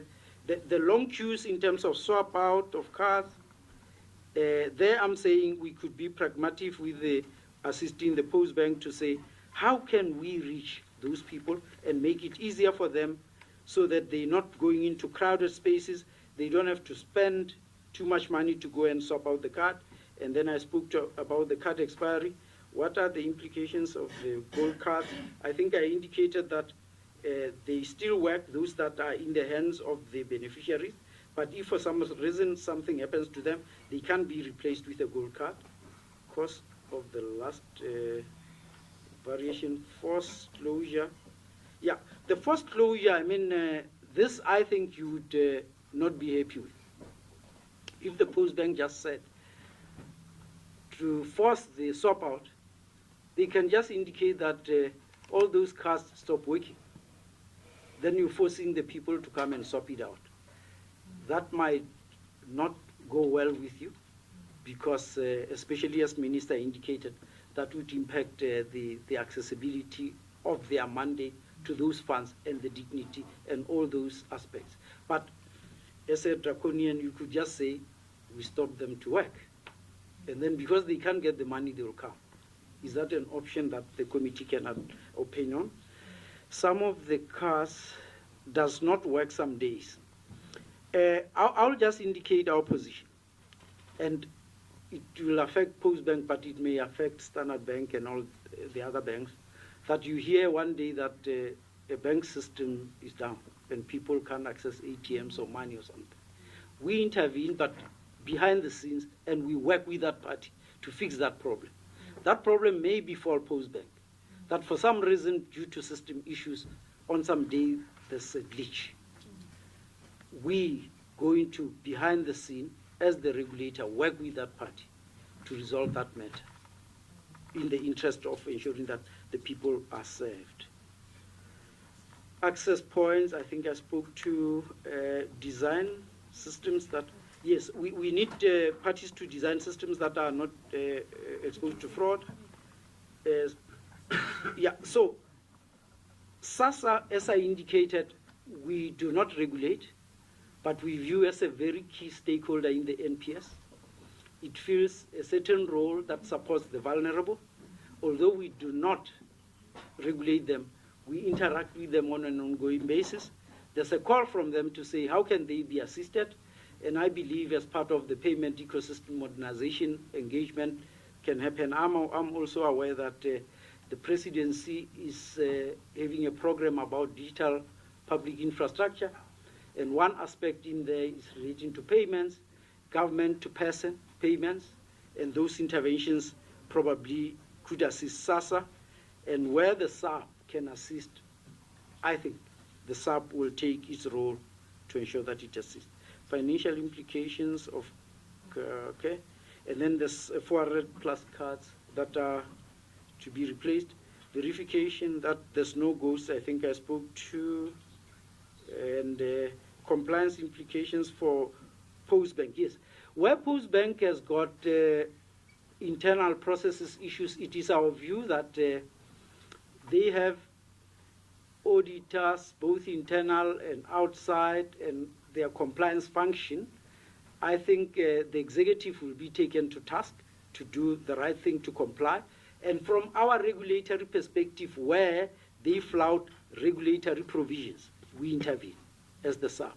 But we believe it's got its own internal processes that manages its operations. Okay, and I think lastly there was mention of a possible court challenge between SASSA and Postbank that we cannot be able to speak to. Chair, the only thing that maybe we need to wrap up with is high level on the conditions, and I see we are being assisted, as well as the timeline of this fourth variation notice. And perhaps on top of that, maybe the question is going to be whether the SAB believes that timeline will be met. And with interventions, we believe that it will be met, and that's why we issued it. And we will call for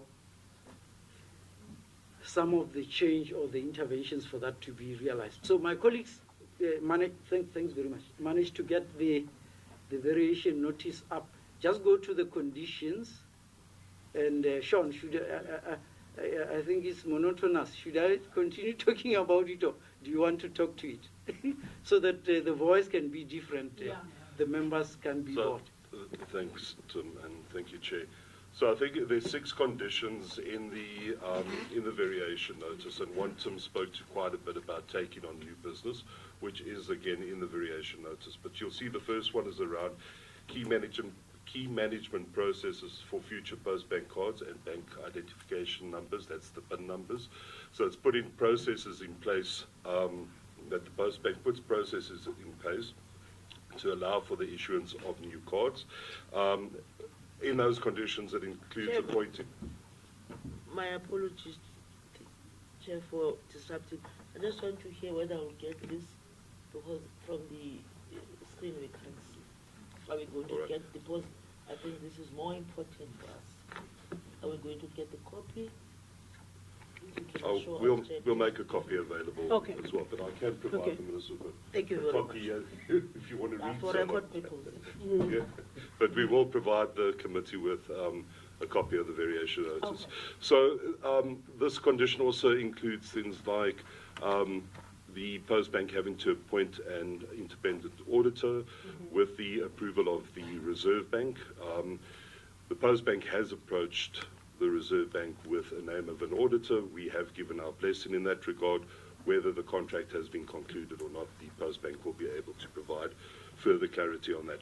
The second one is, and Mr. Masela spoke about this as well, is issuing a new key or new keys. So before new cards can be issued, new secure keys have to be generated by Postbank, which will then allow them to issue the new Postbank Black Card 2. And with that, then they can start replacing the existing gold cards that are in the market, as well as the current Postbank Black Card 1. The third condition is ring fencing the existing Postbank Black Cards, the Black Cards 1. So keeping those, there will be no new Black Card 1s being issued. All new cards will be Postbank Black Card 2 that will be issued. But for now, these need to be kept ring fenced and separate from the current gold cards, and then, of course, the new Postbank Black Card 2. The fourth condition is existing SASSA gold cards. They also need to be ring fenced, and then phased out. The only time that we would allow a SASSA Gold card, a current SASSA Gold card, to be replaced with this the Postbank Black card, one, is if the card is lost or stolen and the grant beneficiary requires a card urgently and the Postbank Black card 2 has not yet been issued. That is the only time. So either a damaged card or a card that has been lost or stolen. Right, the fifth condition, I spoke to it earlier, it's just no new business offerings as far as it relates to Postbank as a designated clearing system participant.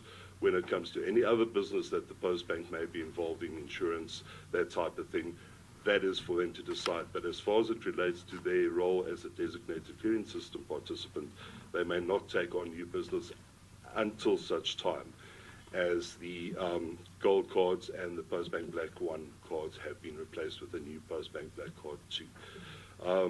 And then finally, monitoring and designation of the variation notices. So there is a requirement from Postbank to provide regular feedback to the South African Reserve Bank as to the progress being made, if there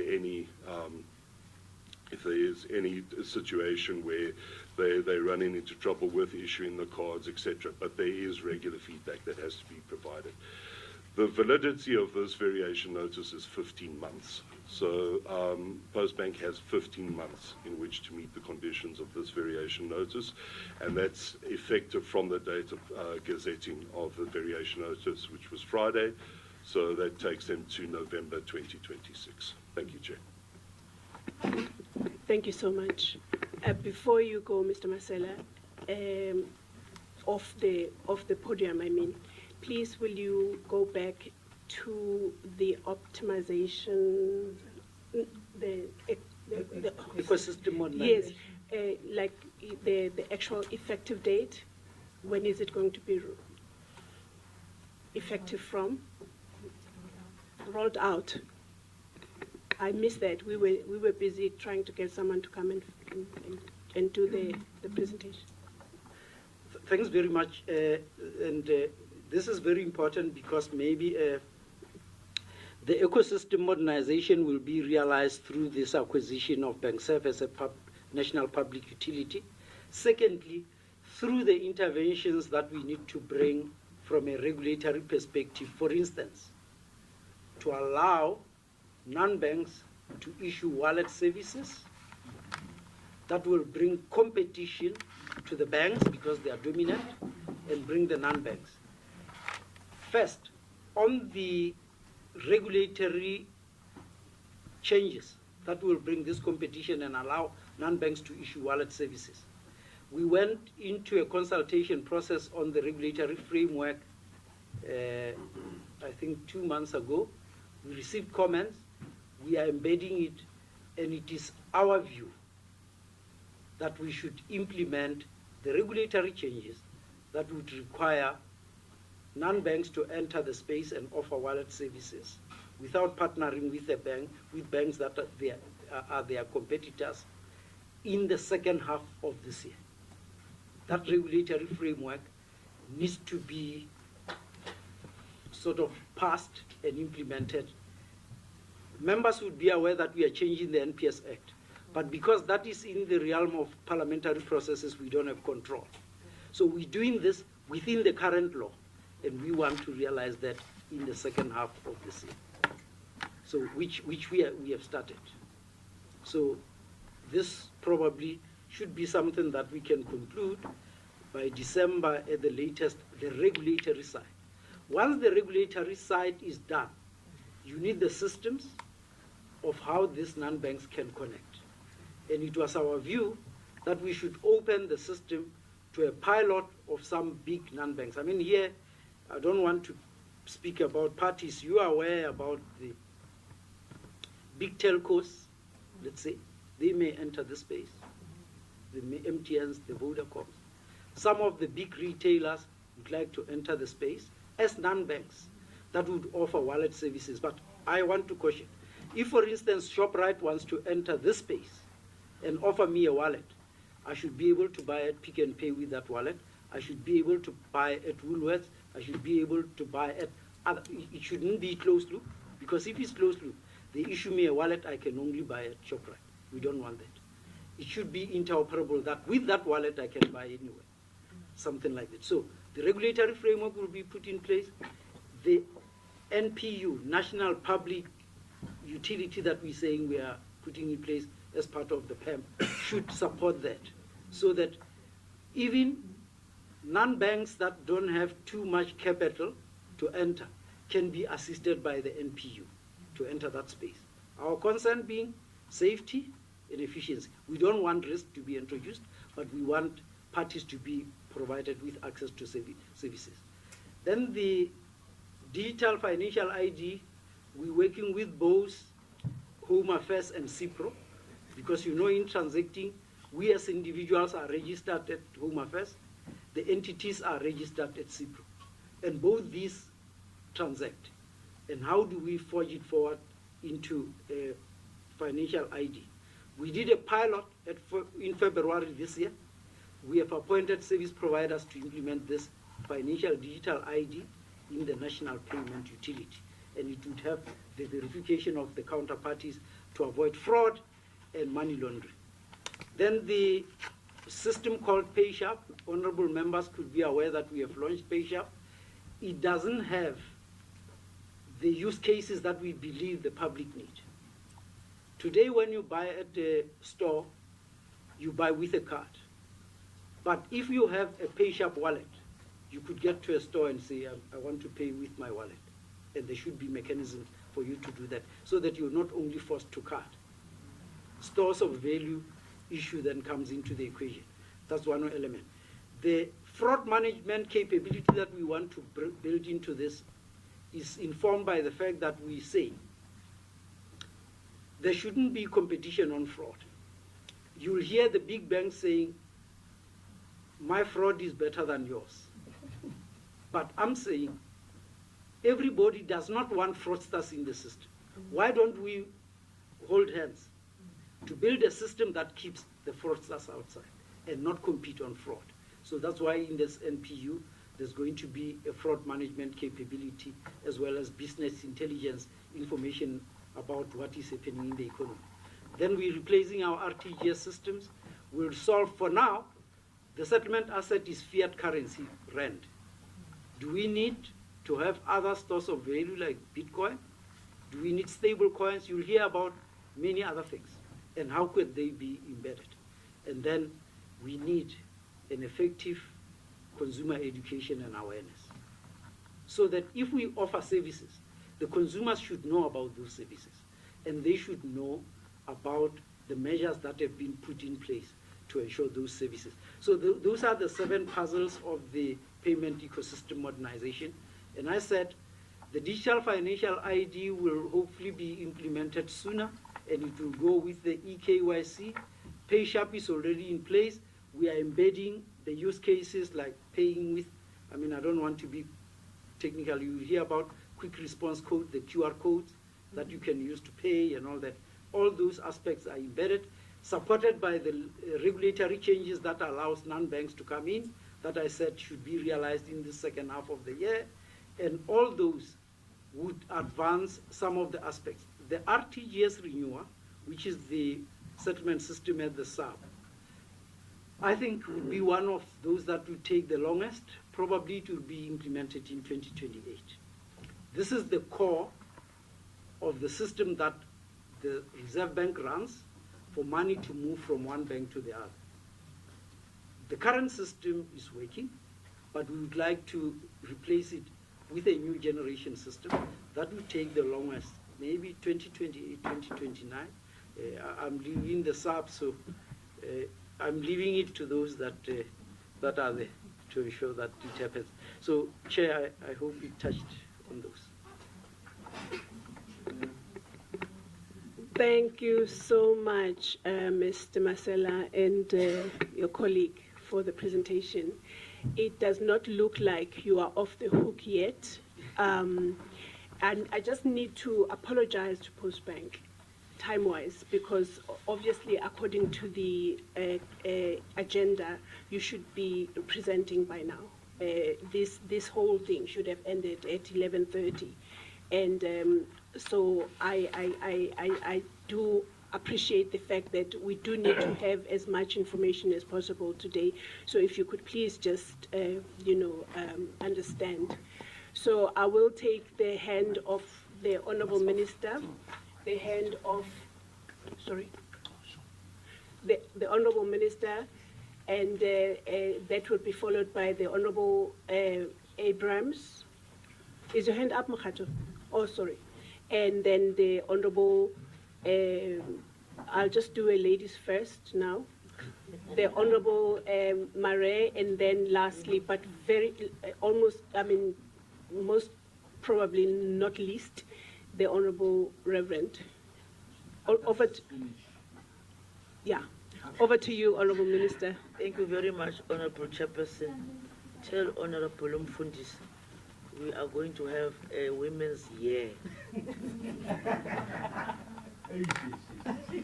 You must keep it cool. Yes, you must calm down. Yeah, calm down a bit. Thank you very much, Chair. I really want to appreciate the information that you received from Reserve Bank today. Quite assisting. However, Chair, I must say I wish I would have been aware of their intervention capabilities on the day where our clients were receiving Postbank black cards for the first time. I wish I was aware, because that's the day I don't want to think that that was the worst day of my life.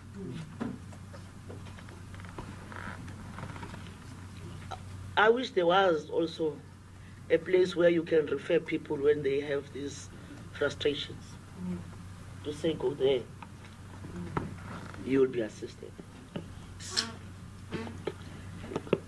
Chair,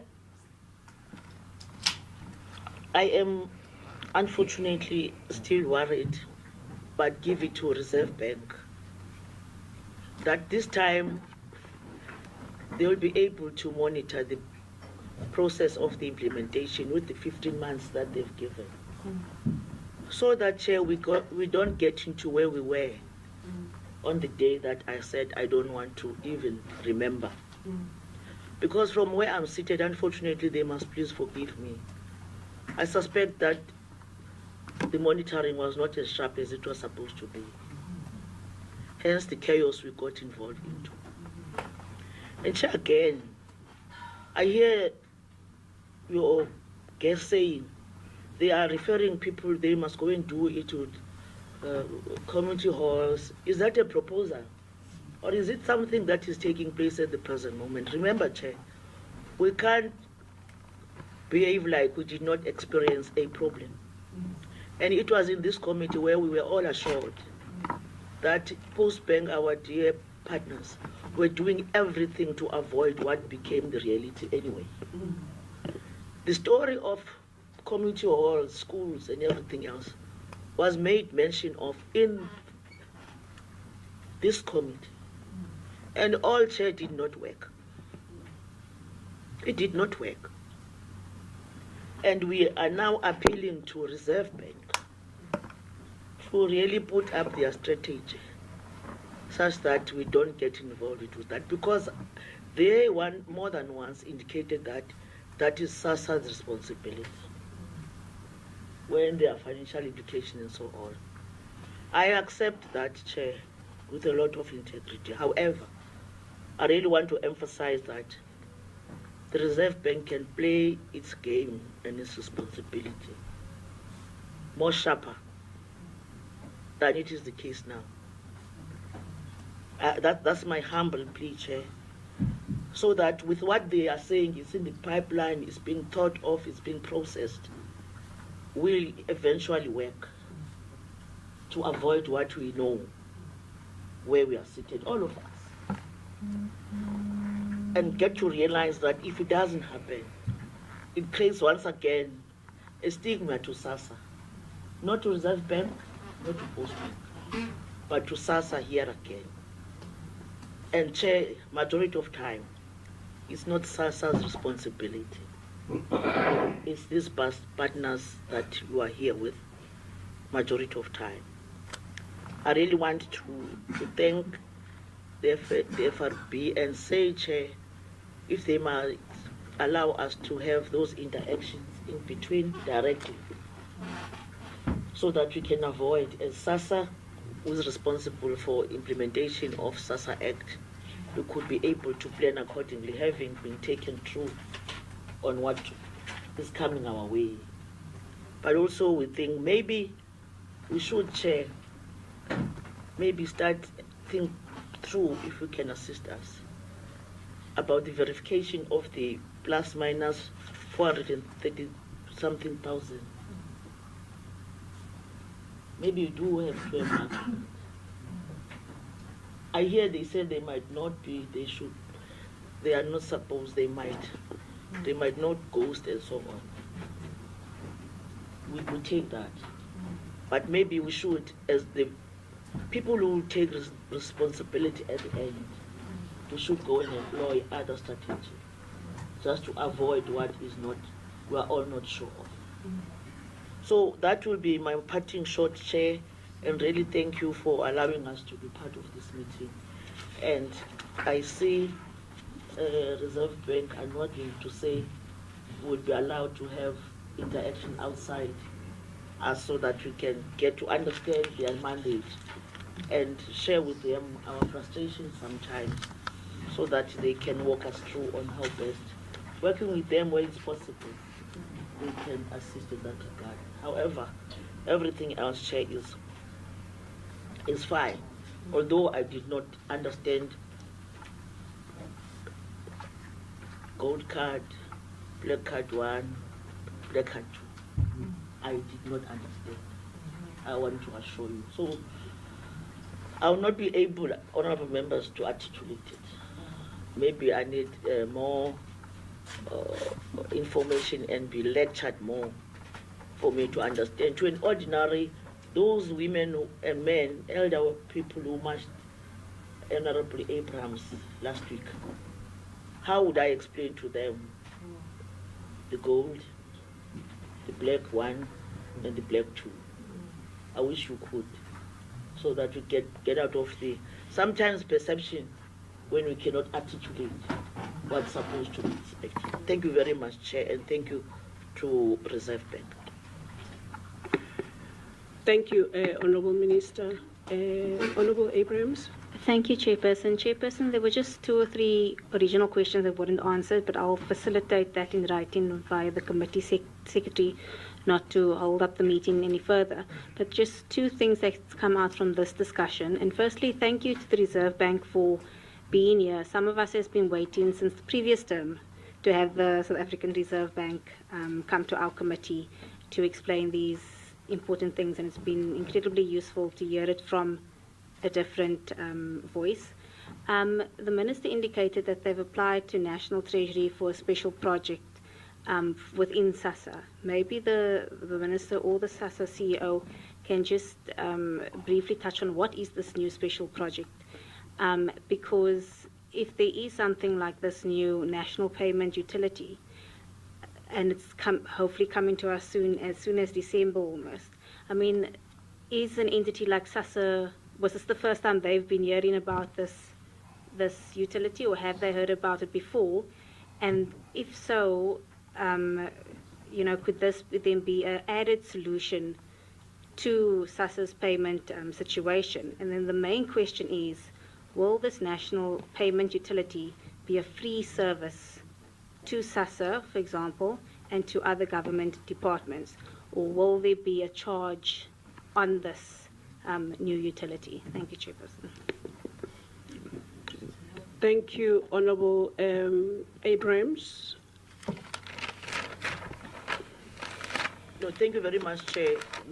Honourable Abrams is indicating that she has sent a written question and will respond to that question fully, because this was outside of what we are discussing today, but it was to fast track the fact that out of the new systems that were introduced, we wanted to inject a little bit of agility, so that by the end of financial year, we must have been able to cover a huge ground insofar as that system is concerned. Avoiding of paying ghost, and avoiding paying non-registered or wrongly registered foreigners. So that was the essence of this, Chair. Thank you very much. But we'll respond to the question. Thank you, Chair. Thank you, Honourable Minister, for that clarity. The Honourable Murray.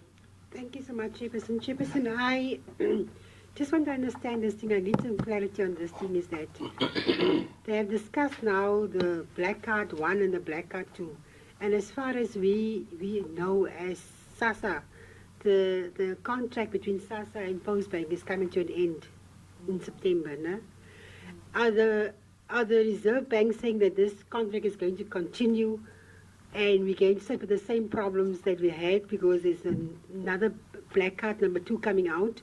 What are they exactly saying? Because in the beginning they said that even though the contract is coming to an end, that was last week in the meeting, that people will still receive their money. People don't have to panic. There's no other service provider. So is this the only service provider they're going to go to? Are we going to have the same problems because there's no office, no facilities, no nothing? What are they saying? Because the way that the Reserve Bank is talking is like they made up their mind that the contract is continuing with Postbank. Bank, yes. Thank you, Chairperson. Thank you, Honourable Murray. Honourable Reverend. Thank you, Chair.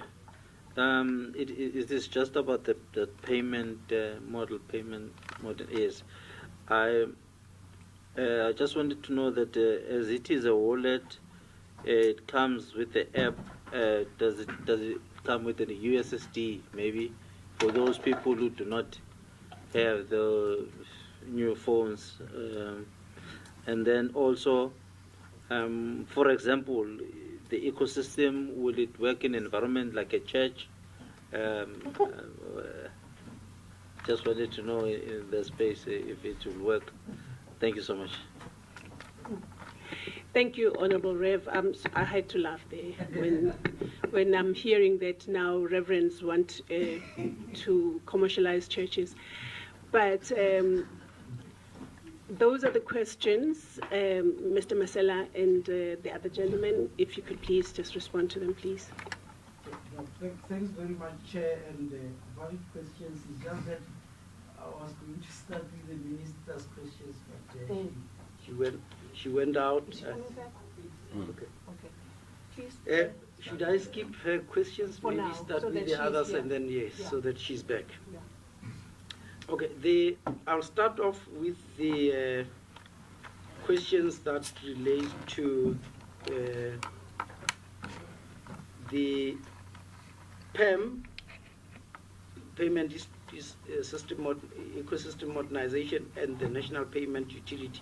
And the first question maybe was about whether when we launch this, would it be a free service? I don't think so, and I'll premise this in this way to say the South African Reserve Bank today runs the settlement system for the country, and that system, capital for implementing the system is spent by the Reserve Bank as a national good. But the cost of running the system is recovered from transactions that are processed on that system. And I'm going to give you a typical example that is closer to what we're talking about here. The settlement system settles quite a high amount because it settles the high value transactions. It goes to like 240 billion a day in terms of what is settled, and per month is in trillions, but the volume of transactions are fewer because you could find that one transaction is maybe 100 million, because in our terms, any transaction of 5 million is low value. And we only consider high value to be above 5 million. So the low value can go into clearing, and the high value must come directly to the sub. So we recover the costs, based on transaction fees. But let me give you a flavor of what is happening with the electronic funds transfer system and the fee that you and I pay to BankServe, that is still a private-owned entity. An EFT transaction, for instance, is 14 cents, the fee to process it. But then you find that when it gets into the bank with their value-added services, they add other costs and they charge. But the NPU will charge maybe around similar figures to recover the costs. But the reason why it's 14 cents, it processes millions of transactions. And when you multiply it with 14 cents, it's able to cover the fees. So the NPU is going to charge transaction processing fees, and our expectation is that at the moment, one of the objectives that we want to achieve, transactions that you do in cash, in a physical cash in the wallet, we hope you'll have a digital wallet and you don't have to do them in cash. They will happen electronically. For as long as I can go to the rural area and I could find that I can do digital transactions, that will increase the volume. And in our world, when the volume increases, that 14 cents must come down because we're not making profit. We're covering the costs. So if the volume goes up, the per item fee must come down. So there's going to be a fee. I just wanted to clarify that. Then there was a question about the contract between SASSA and Postbank, and by us issuing this variation notice, are we saying that the contract between SASSA and Postbank should be extended? My response to that would be, today, a beneficiary may decide to receive their grant at Postbank, well, at Standard Bank, just as an example, and they move their grant there. If the contract between SASSA and Postbank came to an end, and the beneficiary is comfortable receiving the grant at Postbank, it's similar to a beneficiary wanting to receive at FNB or at Nedbank. That's their choice. But I think the impact that that would bring is if by receiving grant at Postbank, you get free transactions because of the contract that exists between SASSA and Postbank. If that contract fell away, it could be possible that the beneficiary that was receiving free services now starts paying. I don't know what is in their agreement, but that's the implications. But my view is that if I was a beneficiary and comfortable with Postbank, I will remain with Postbank regardless of whether there's an agreement or not. That would be my take on it. The SAB is not saying, please continue the agreement. Even if the agreement came to an end, but a beneficiary wants to receive from Postbank, we believe they should be allowed to do that. But as I say, there could be implications if some transactions were free because of the agreement and the agreement fell away, they could start paying. I don't know. Maybe those things could emerge. Now, the question that came from wallets, digital wallets that we're talking about, being restricted to smartphones or also being able to be used in feature phones through USSD. We need to do that. We need to ensure that we're not forcing parties to buy a smartphone for them to transact, but we need to ensure that the capability covers everybody, and the phone should just be an instrument that you use to, so the restriction shouldn't be there. And lastly, the fact that the phone wallet can be used in church, I believe that should be true.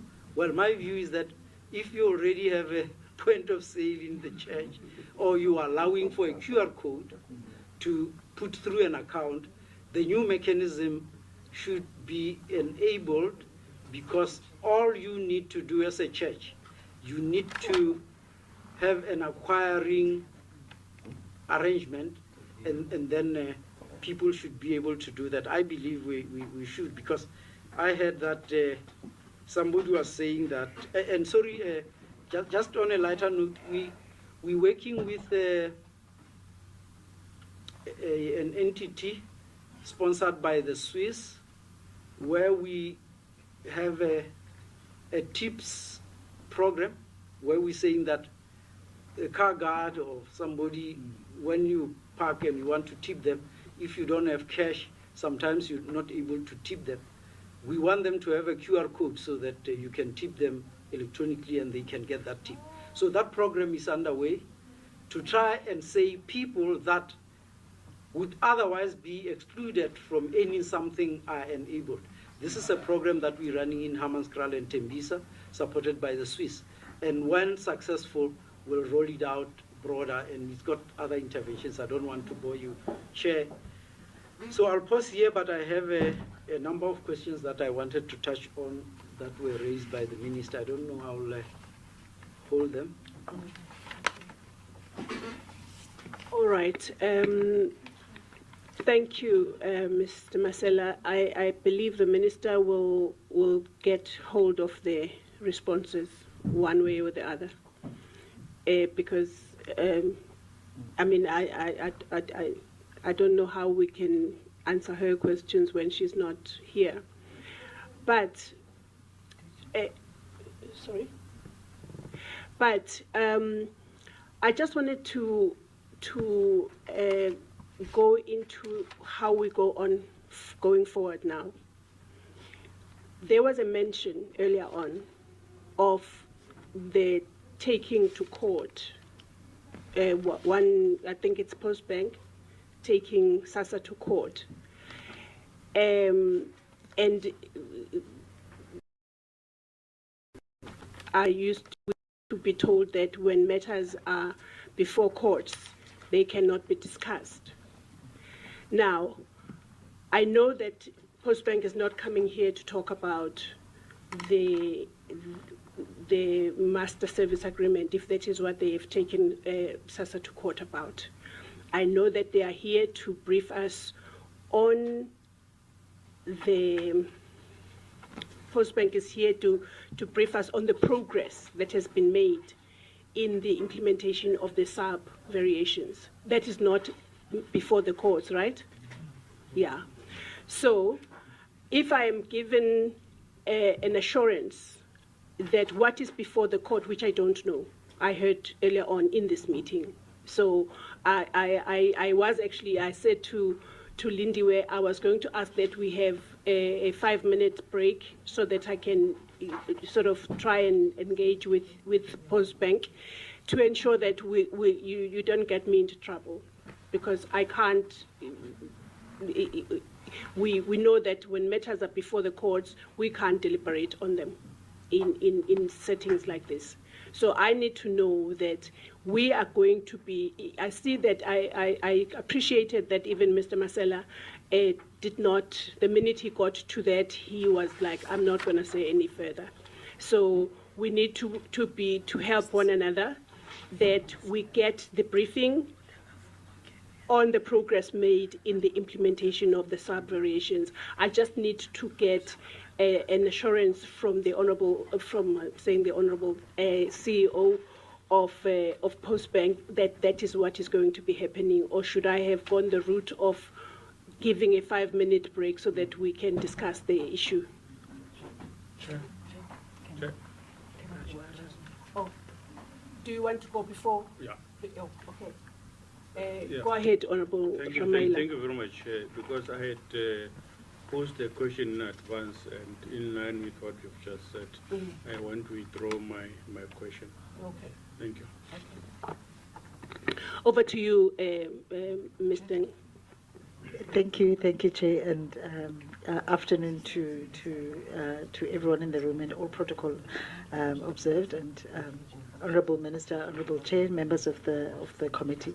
Chair, we believe that our presentation should not have any issues, if perhaps someone's understanding the question. The presentation that we've pulled together should have no legal implications and merit.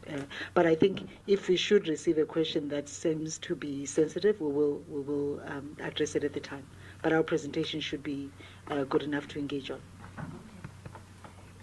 And also, I've just been very validly advised here that maybe I see the minister is not returning, and I would like to trust the DG, the CEOs, there are very capable people here that can take this message forward to the minister, and then the portfolio committee also gets to benefit from the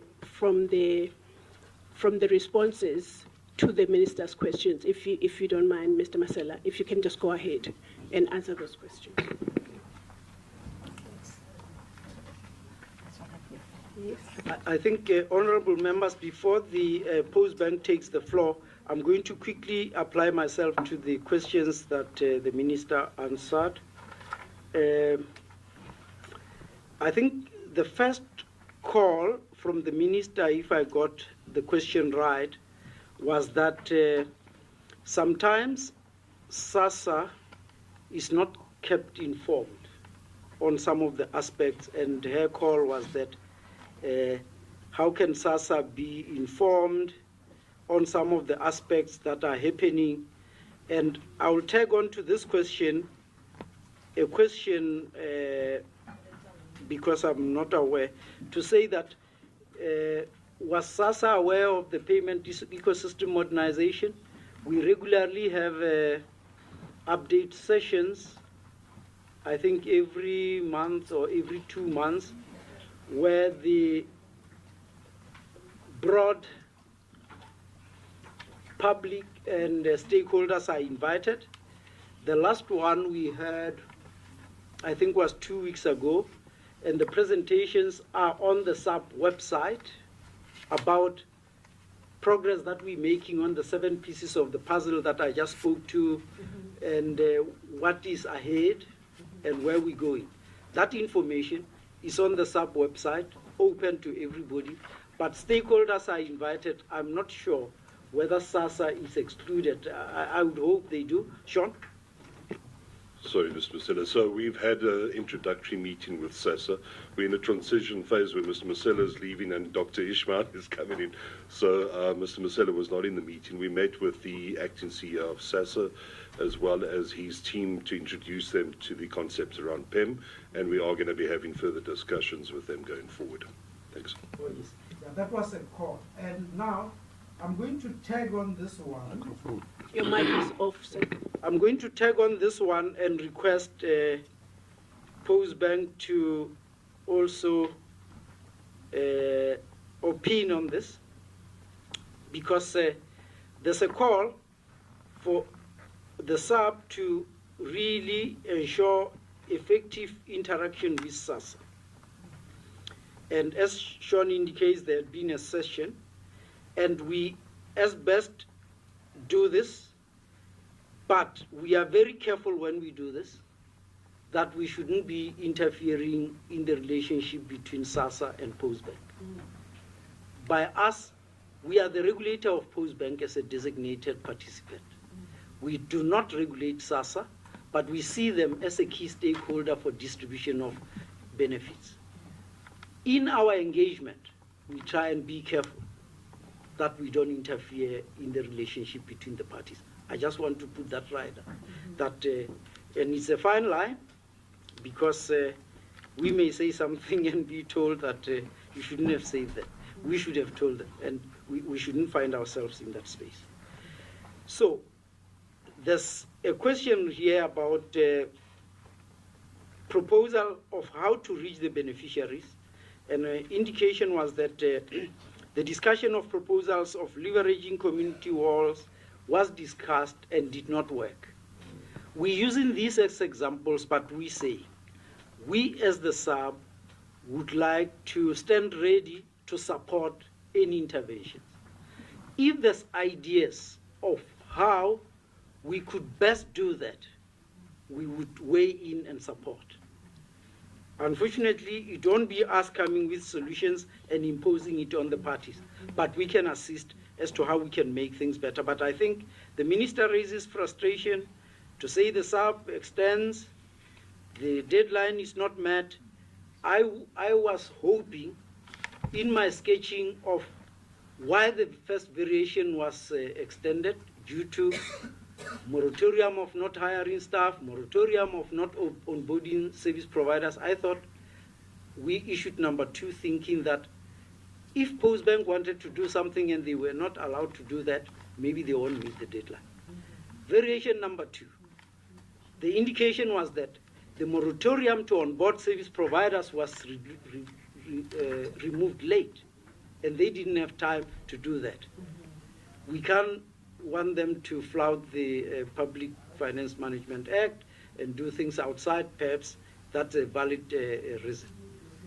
Then the third, we have the 400, I think that's those that are remaining, that are not coming forward or have not come forward, and there was a contractual dispute between the technical service provider and the Postbank that needed to be bedded down for things to happen.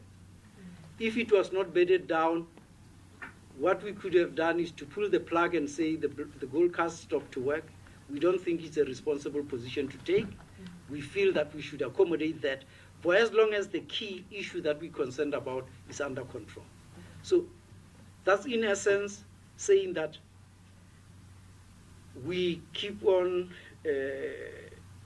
extending, but we need the wisdom of everybody as to what mechanisms can be brought.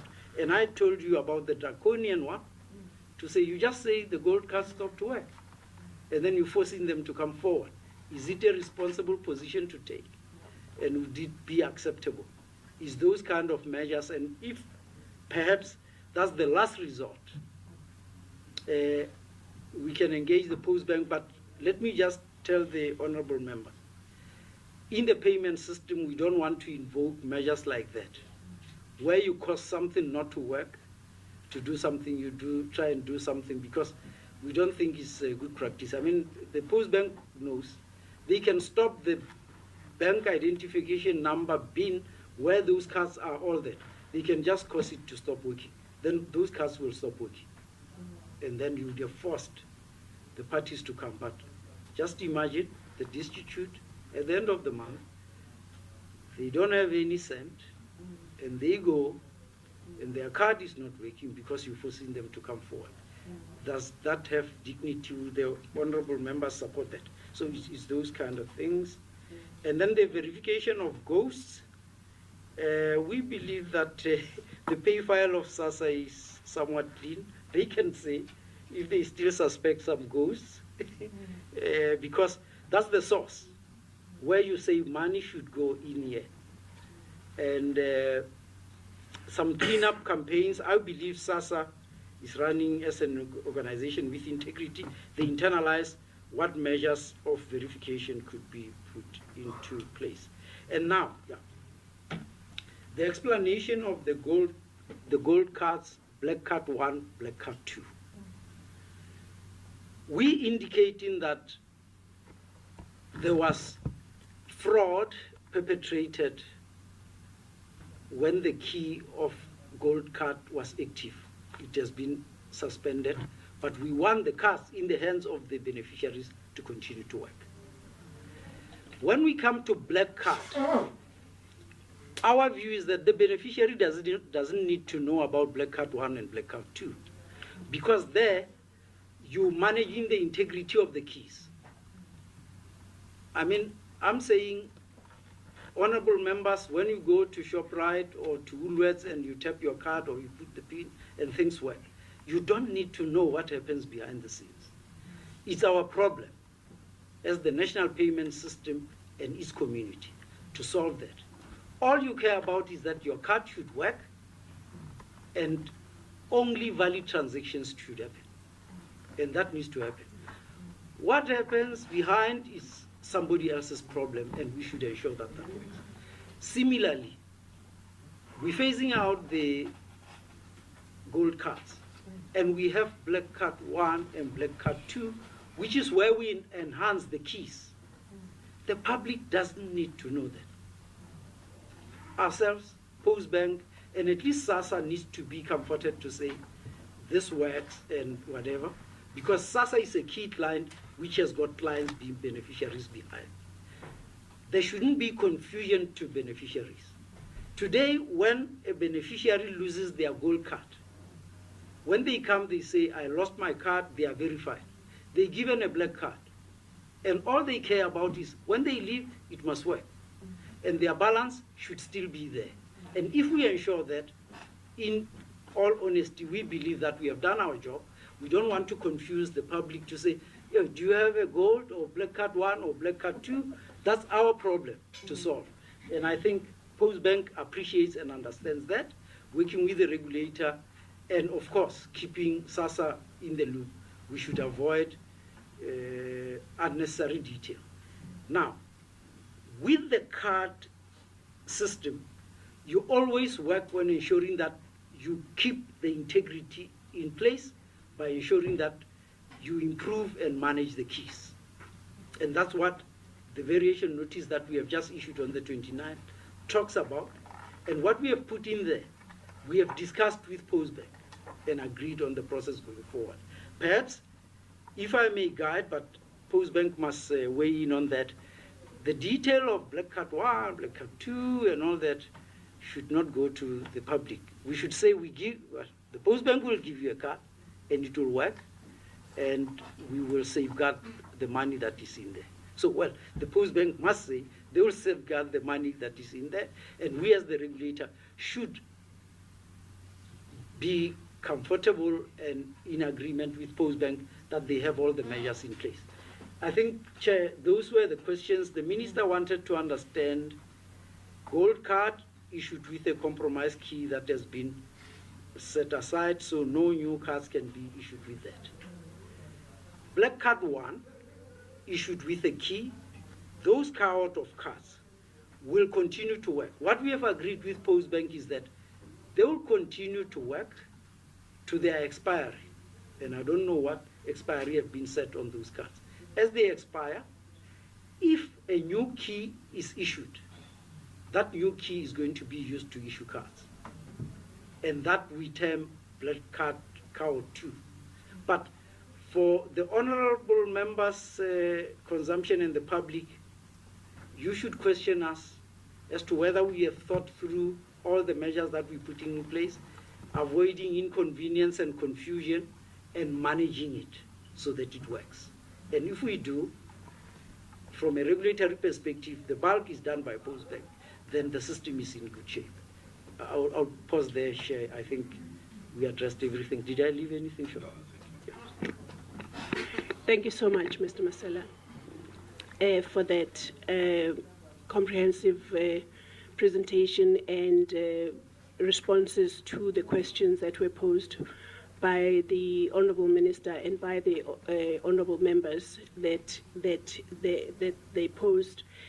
And I think we shall stop here as far as the South African Reserve Bank is concerned, and extend our huge gratitude for you coming through and for the presentation and for accommodating all the questions, because we have to leave here and go to the communities, to our constituencies. We need to be comfortable that we explain what is going on.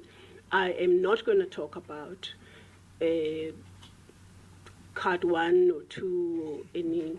I'm just going to talk about the availability of the grants when they are being paid, and the fact that if a person's card is lost or stolen, they must go and get it reissued. And that is all I'm going to leave it to, because I'm like the Honourable Minister, I get very confused very quickly.